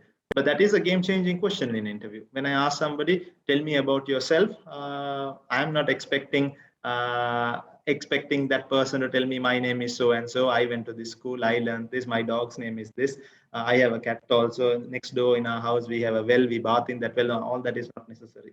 But what do I want to hear? Well, you say, yeah, I went to, probably you say something has to add value. You talk about your life. I studied in this particular school during this part of my life, or in this particular college in this part of my life, or this particular country in this part of my life. And during that time, I learned to work with different people. I learned a lot. I learned a few other languages also. I learned the meaning of so many words. I looked at how these cultures work. And that has given me an advantage to work with various cultures and various types of people without having any conflicts. Now, love it. They'll know it. Okay, this guy has some skills already, or this girl has some skills already, which we can use in our organization. I know stuff like video editing and creating websites at a very basic level, because it was a hobby and I learned it by myself. I used to go through YouTube and find videos and learn it all by myself, and I can now come up with a decent website. That's something I spend time doing. I love traveling all across this country because this is a beautiful island, and when I go, I always take my camera because I love capturing these beautiful moments. You can operate a camera and take pictures also. The more digital you are, every organization prefers you. Every modern day organization prefers you. So when they ask you, tell me about yourself, don't give them the stupid answer of my cat's name is this, I went to this school, my best friend is an animal. All that is not needed. They want to know what kind of value addition you can bring to the organization, not boring stuff about yourself. Don't emit negative energy, such as talking bad about your previous workplace, or talking bad about your university, or talking bad about anything. Don't involve stuff like politics also into this whole thing. It's not necessary, and it can fudge the opinion. Don't be too smart. Don't ask about something in the organization that has gone in the news and what you're going to do about coming out of it. It looks like you're in serious trouble, right? I looked at the website, I looked at some news, looks like your organization is in trouble. What are you going to do to come back to? No, that's not. Sometimes stupid questions is not necessary. Being pandita can always be a little tricky in the interview, because there's a fine line between asking a very, very informative question and a pandita question. So don't try and get into that zone. When they ask you, do you have a question? Don't ever say you don't have a question. It is bad. Which means like you're just in for a one-way conversation. Ask something that is relevant. Equally good question has come in. Sir, which questions can we ask? Can we ask about rules and regulations, salary, working culture during the interview? Yeah, you sometimes during the end of the interview, the salary anyway comes. Okay, if they don't talk about the salary, you can ask. But don't make salary the very first question, because yeah, we are into earn salary, but also in organizations, it's about what value addition you can do to the organization and what the organization can do for you. So don't start off with salary, but yeah, you can talk about work culture. You can ask maybe these days, what is your organization doing? Largely, are people working from home? How many percentage of people come here? What is the demographic like? How many females do you have? Stuff like that is all okay. You can ask rules and regulations. Yeah, you can talk about, you can say this is my first job. I like to know about some of the regulations that you follow. It's a good question to ask. You can also say some good strategic good questions are, if I'm selected for this job, I read the job description, but can you kindly tell me, if I get selected for this job, what will my average day at work be like? What kind of work would I be doing? In the work that I would be doing, since you're already in the organization, what are the problems people are already facing? That means you're already thinking about what you should be doing. You can also say, if you recruit me, what do you think will be the biggest challenge you expect me to solve? Also say, I'm new, this probably is my first job. If you do select me, I've done an internship or something before, but if you do select me, how long would you think is my tolerable learning curve? All that is interesting. Interviewers will love questions like that, because they know you're already into the whole deal of the organization. You're doing the job and you're cool with it. So that's that about confidence. This is about confidence at an interview. So I'm going to go ahead to the next one. Tone, voice, and vocabulary is something that I did want to talk about deeply. Tone, voice, and vocabulary means one thing. What does it mean? It means that you've got to speak up, you've got to speak loud, you've got to speak well, and you've got to use a decent bunch of words. All that comes into practice. Which of these is the most powerful one? Tell me that. A, B, C, A, B, or C on the chat. A is the voice of the speaker. B is the tone and vocal variety. C is the use of words, the words that you use or the words used. Which one is the most powerful one when you talk at an interview, or even when you do a public talk? Which of these is the most powerful one, A, B, or C?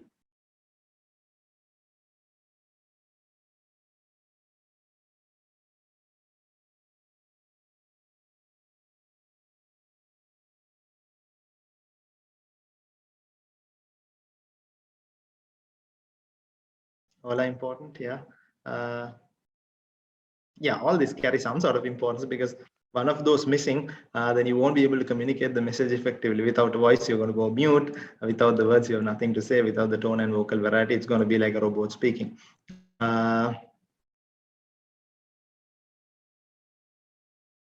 C, B, B, B, B, A, B, C. Yeah. So voice of the speaker.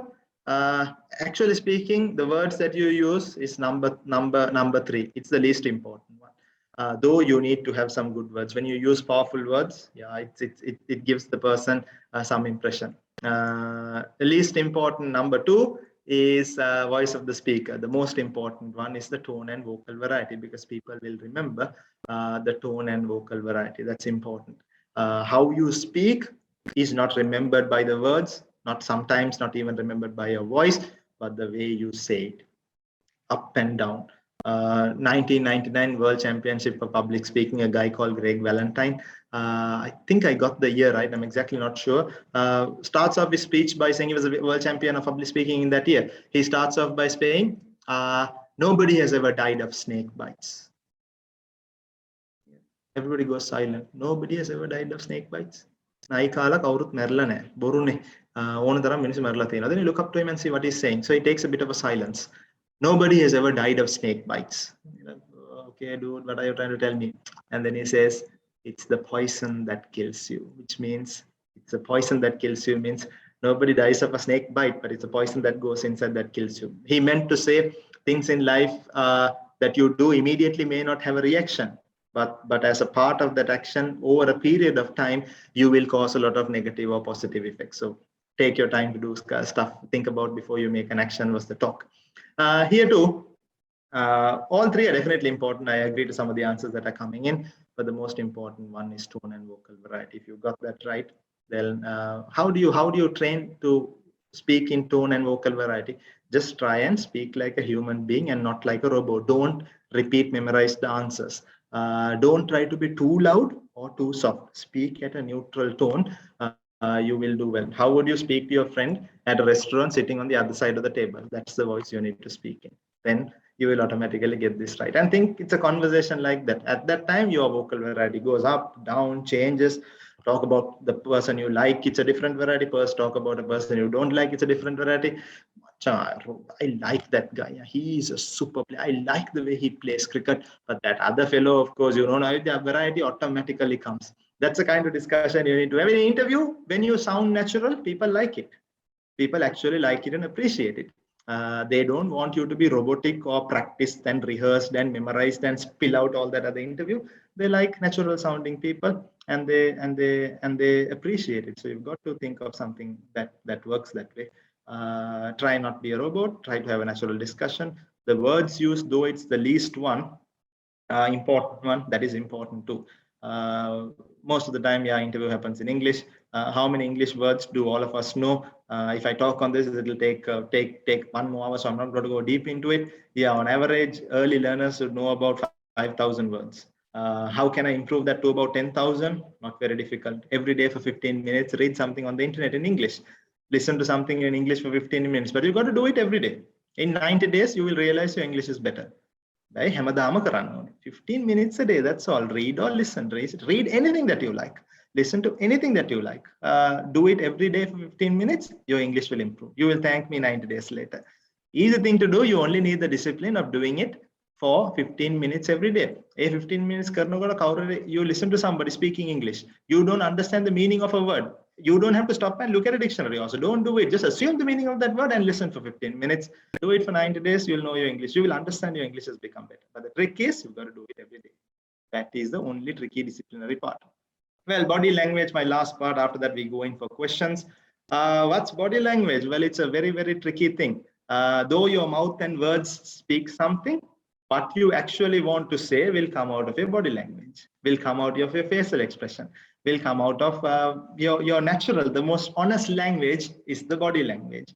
Your most honest language is the body language. It will tell you the truth. It will reveal the truth to other people. Studying a person's facial expression and body language is an art. People who can do that are at an advantage.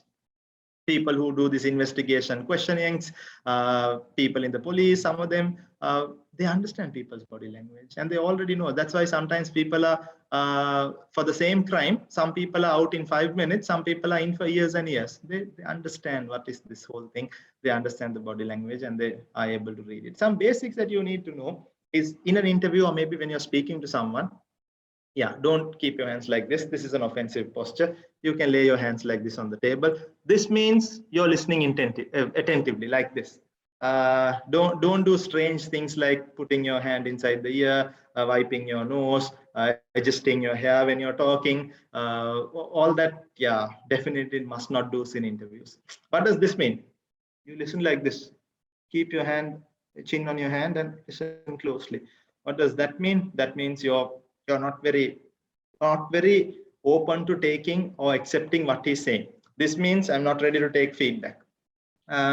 This is a good gesture. When somebody tells you a surprising story or unusual story, you react with body language. You say this, oh my God, that is okay, that's fine. And if you are talking to a large audience or presenting, open palm gestures are always good. Show the open side of your palm to them. Don't show this side. Don't show this. Don't show this. Show this side. It's always smoother and calmer to the eye. When you're trying to explain something, it's better. In an interview, when a question is asked, then answering like this, it's always better to use hands and gestures in the attempt to answer the question. It will make you look real. Yeah, sometimes using this is fine. Sometimes it's not fine. Your consciousness will tell you when it's used. Try to use this. This does not always mean it's perfect or fine or good. This is probably a gesture that you need to avoid. But the other ones that we just discussed so far are all good. If you're standing, yeah, don't put your hands inside the pocket. Let your hands loose or put it behind or fold it in front. Handshake is a lovely thing, though I won't be able to show you how to do it. The best thing I can tell you is don't do a dead fish handshake. Handshake needs some energy, regardless of if you're a male or female. Given some energy in the handshake, it'll improve your whole personality. It makes it better. Right then, because we're into the last 15 minutes or so, I'm going to go in for questions. So you can send in any questions that you have on the chat, or you can raise your hand to ask a question. I'll give you the opportunity to ask the question and let me know what you want to do.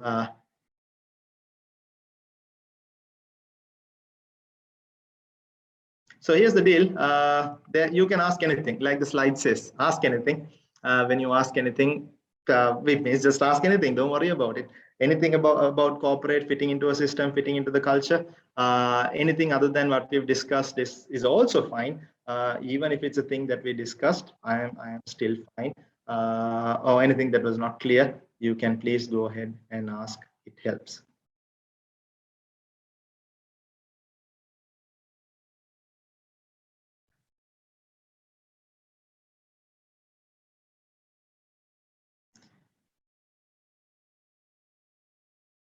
In an interview, do you have to answer every question? Unfortunately, yes. In an interview, you won't have Thank you the so opportunity. much, sir, for sharing your knowledge and experience with us. I am sorry, did I interrupt someone or was it Dilshan, you want to say something? I don't know if Okay, sir. all right, some questions have come in, so I'm going to answer some of the questions coming. After that, we can conclude. Is that okay? Sure, sir. You can go. Okay, right. So somebody asked, is it okay Okay, to sir.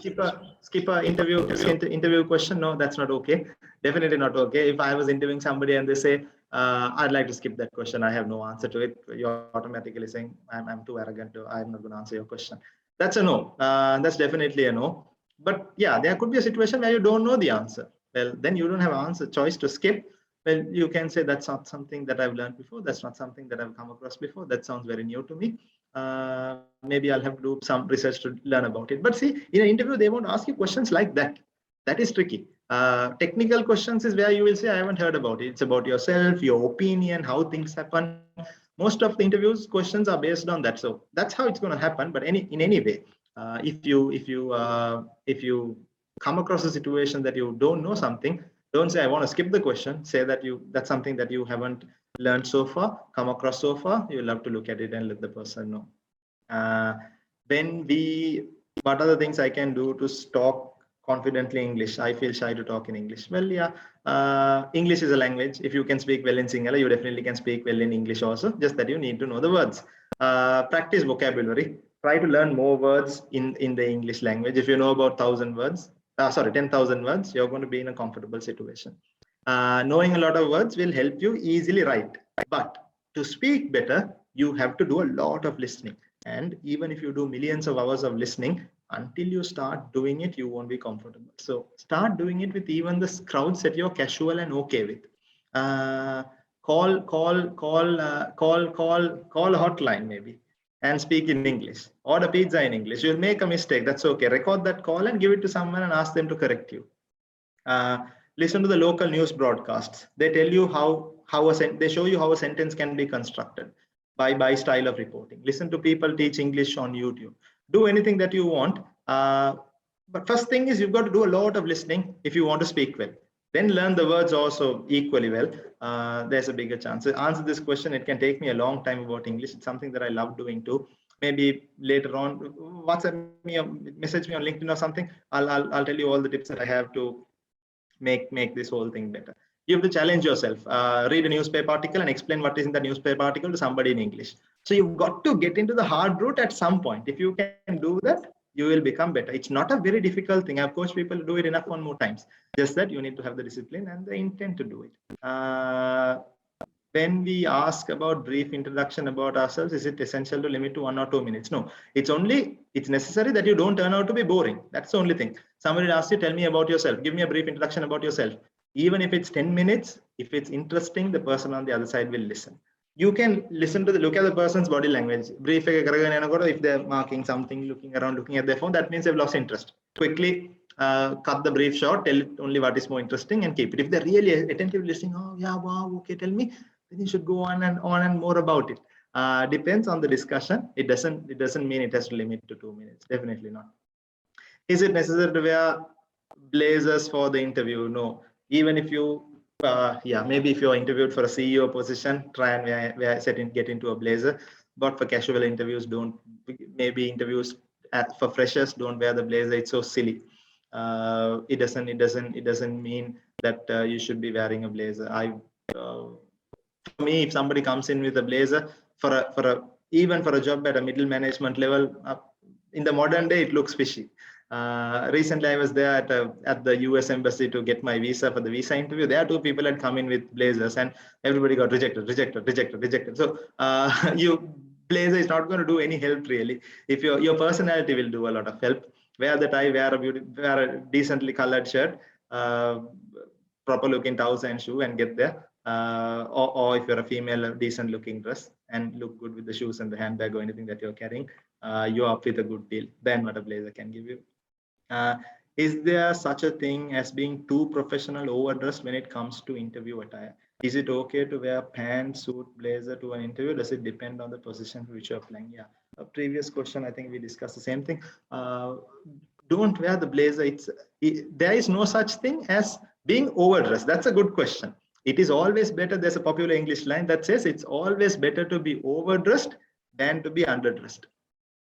You go in for an interview, maybe a CEO or director, then you need the suit, like I told you. But if it's for a fresher, if you're starting, you don't need a blazer. It is not needed. But see, sometimes these females, the ladies wear these dresses that fits along with the top that looks like a blazer. Yeah, that is okay.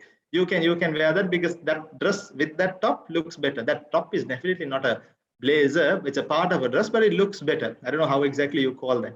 That is okay. But don't get into a very, very serious looking blazer. It's not needed. It sometimes in certain interviews may make you look silly as well. Is wearing black color dress for interview, is it okay? Is it not preferred? For a male to wear a black color shirt for an interview, yeah, we don't color discriminate, but the interviewer will look like why black. There could be something in the person's mind. I wouldn't, but there will be people who can think that way. So it's better to wear a light color. They say pastel colors, right? Not every pastel color is also great. Maybe white is a great deal, blue is a great deal, navy blue is a great deal, gray is a good deal. Those colors go really, really well. Choose one of those colors, you're safer. These days for interviews, people don't actually carry their whole certificate file. Sometimes they do. There's no harm in carrying that. But don't be surprised if the interview only looks at your CV. Very rarely do we look at candidates' grade 5 basketball certificate or athletic certificate or sports certificate, or even if they say I did Colombo Shakespeare drama, we don't look at the certificate, we just believe them, and we expect that attributes to come out in the discussion we are having.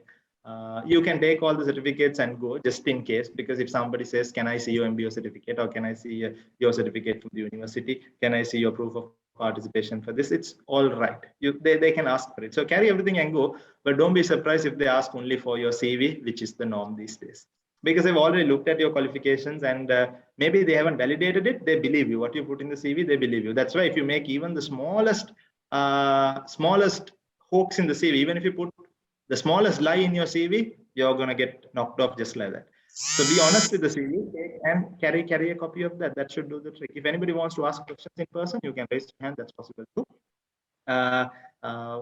Should we carry letters of recommendation, certificates, all that? Yeah, carry it. But I'm going to tell you, 90% of the time, it's going to go unseen. People are not going to look at it. They're going to say it's okay. We believe you, and go ahead. But what they will do in the interview, see, it's a sequence, right? You send in your CV. Somebody from HR looks at your CV. They send it to the relevant department who's going to recruit you. Then they look at it. It will then come to the interviewer. The interviewer will look at it. They've already looked at the CV. They will ask you a fake question. Quickly tell me about yourself in a minute or two. That's to see how you can have a conversation.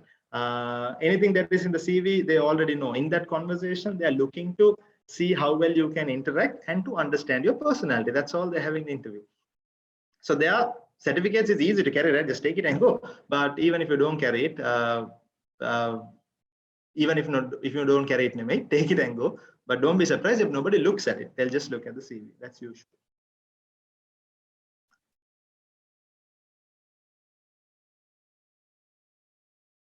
Right, I'm gonna see if there are any hands up that has gone. Any more questions on the chat?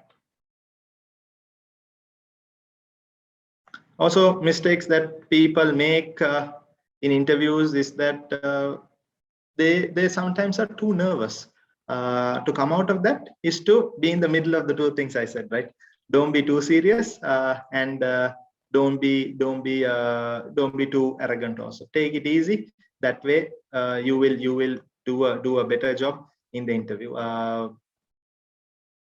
Again, some of the workplace etiquettes that I'd like to quickly share, because it came up in the beginning, is that when you're new in a workplace, don't try to be too much. Don't try to become too pandita. When you ask the question, help, they'll seek out for your help, then help. Don't try to suggest initiatives and suggest strategic things to people who've been there in the organizations for a long time. In your first 90 days at least, or first 30 days at least, they won't really appreciate it, because people are like that. Do what you're asked to do. If you can help a little more, tell them I can do this too. Can I do that? Is that okay? This report has been done this way, but if you use this formula, it will be better. This video, if you put this design here, it may look better. What do you think? This artwork is okay, but what about bringing this fellow here? This email is typed well, but how if we do it this way? That's okay. You're being very politely making suggestions. That is fine. If you're an intern, how do you deal with the senior management? Well, dealing with the senior management is a cool thing to do. Regardless of who they are, they know if you're an intern that you're an intern. They will discuss things with you at your level. Just be honest. Tell them what you can do, what you can't do. Come up with your honest suggestions. Things will work. Because see, I may be at a level. The way I work with my intern will not be the way I work with my senior executive. I wouldn't expect my intern to do everything that my senior executive can do. Right? They know that too. Everybody knows it, and they deal with you at that level. You just have to be honest and straightforward. If that's the way you want to say, things will work out well. Some of the other interesting questions that had come in is, what would the corporate world expect from me? That's a good question. The corporate world expects you to be honest. That's the first thing. Integrity, not to lie. To do the basics, right? Like coming to work, replying to an email, returning a phone call, pushing the chair back when you get up from your seat, don't talk with the food in their mouth. So it's the basic stuff, right? Then they expect you to be honest, and they want you to be reliable. So if you say I'll come at 9 o'clock, be there at 9 o'clock. That's basic. Everything else that you have on top of that is an advantage for which you will get points. If you participate in an interview, it's ethical to request inform us if you're selected or not. Yeah, absolutely right. That's something that you should be doing. It's okay to follow up also. If the interview doesn't get back to you and you don't have an opportunity to get right back to the interview, at least reach out to HR and ask what happened. Interviewers, I feel, are responsible to let the candidates know if you get selected or not. Sometimes at the end of an interview, you will get a chance to ask that as well. If the interview goes well, you can ask the interviewer. This is one of my first few interviews. Do you think I did well? The person will say yes or no. Then they'll give some sort of answer. Then ask, okay, from what you know immediately, from the immediate impression, do you think I'll fit to your organization? Just ask that. It's okay. Do you think I'll fit to your organization? Don't ask, will you select me? It's strange. Just ask them, will I fit your organization? They will give some response. That's okay. That will also show them that you're quite confident and you want the job, and you're inquisitive, and you're an interesting character. Do that. However, with or without that, the interviewer is responsible to tell you what happened to the interview, even if you're selected or not. That is necessary. Then how do you remain motivated and energetic and confident? Yeah, when you try out, when you just go along with what's happening, follow your normal tasks and responsibilities for the first few days, then look out for suggestions, try and do a few new things. People will appreciate all that. And then when you do something amazing, so don't do the same boring thing every time. 6 months later also you're doing the same thing. That's bad. You should do some sort of change in anything that you're doing. When you do something new, execute it well, you automatically become confident. After that, you just have to ride that wave, keep going, ask for feedback from people. Be everybody's friend, right? Don't have enemies in workplace. Be everybody's friend. Maybe there are people you don't like, but it's okay. Just have the workplace relationship running with them, because you don't know whose help you will need when at the workplace. It's a very tricky place. When I say tricky, not in a bad way, because the demand of a workplace in a modern day workplace is very, very strange. Today you may have fight with somebody in the cafeteria. Tomorrow you may have to work with them on a special project. So don't have any enemies.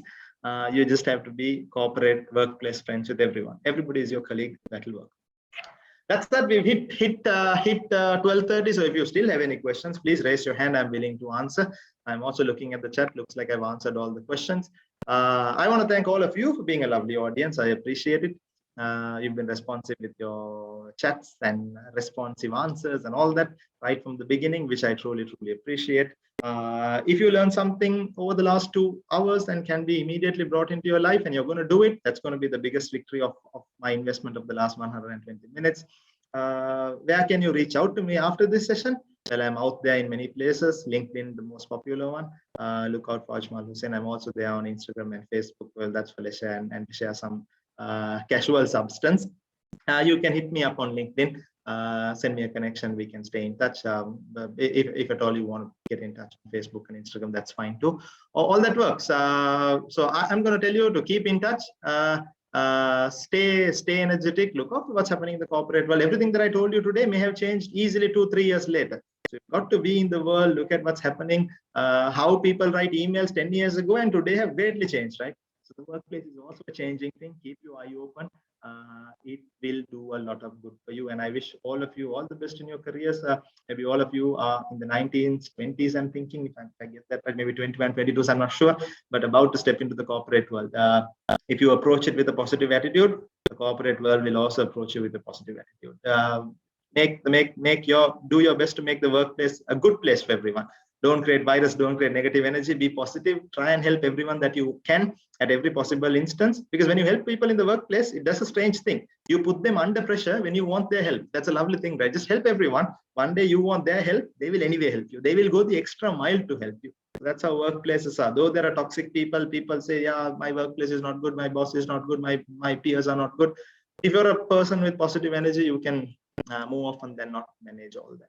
So all the best to all of you. Thank you very much for being a lovely audience. I will see you when I do. If I do bump into you somewhere sometime, it'll be lovely to say hi. Until then, I'm going to hand it over back to my moderator, whose name I forgot. I'm sorry. So what do you?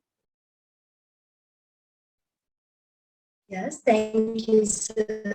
Thank you so much, sir, for sharing your knowledge and experience with us and showed the right path. I'm sure that this session showed you right path for personal grooming. So now, since we have limited time and as our resource person cleared all your doubts, we will be moving on the conclusion of the session. Dear participants, please submit the Google form that our organizing committee has shared in the chat box to register for the certificate of participation. And we would like to hear the feedback on today's session. You can express your thoughts about today's session either on chat box or you can directly speak to our audience.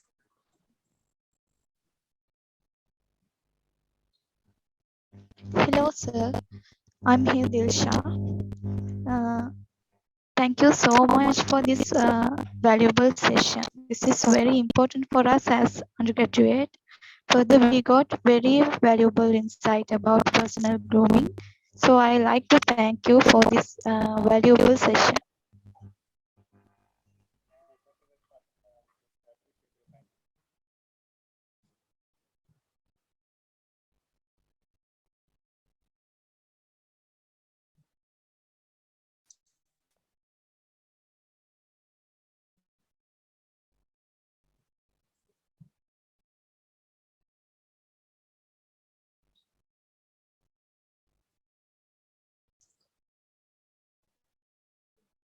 So I must say it was very interesting.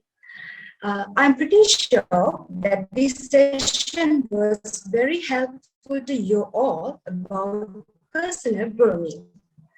So it's a great honor to propose the vote of thanks for this valuable session. First of all, I would like to thank our resource person today.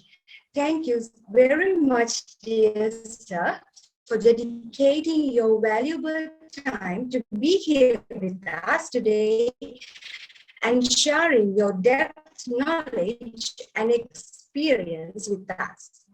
We are grateful for your effort. I would like to express our gratitude to Professor Dr. Manjula Hussain, Director of the Career Guidance Unit and the Head of the Department of Decision Sciences of Faculty of Management Studies and Commerce, for the right guidance and incitement you have given, making our effort for a very successful one. I extend my deepest gratitude to Career Guidance Unit and the Senior Treasurer of the Career Skills Development Society for lending helping hand us and at all moment of we need. I should thank all the members of organizing committee for bringing this event very successful.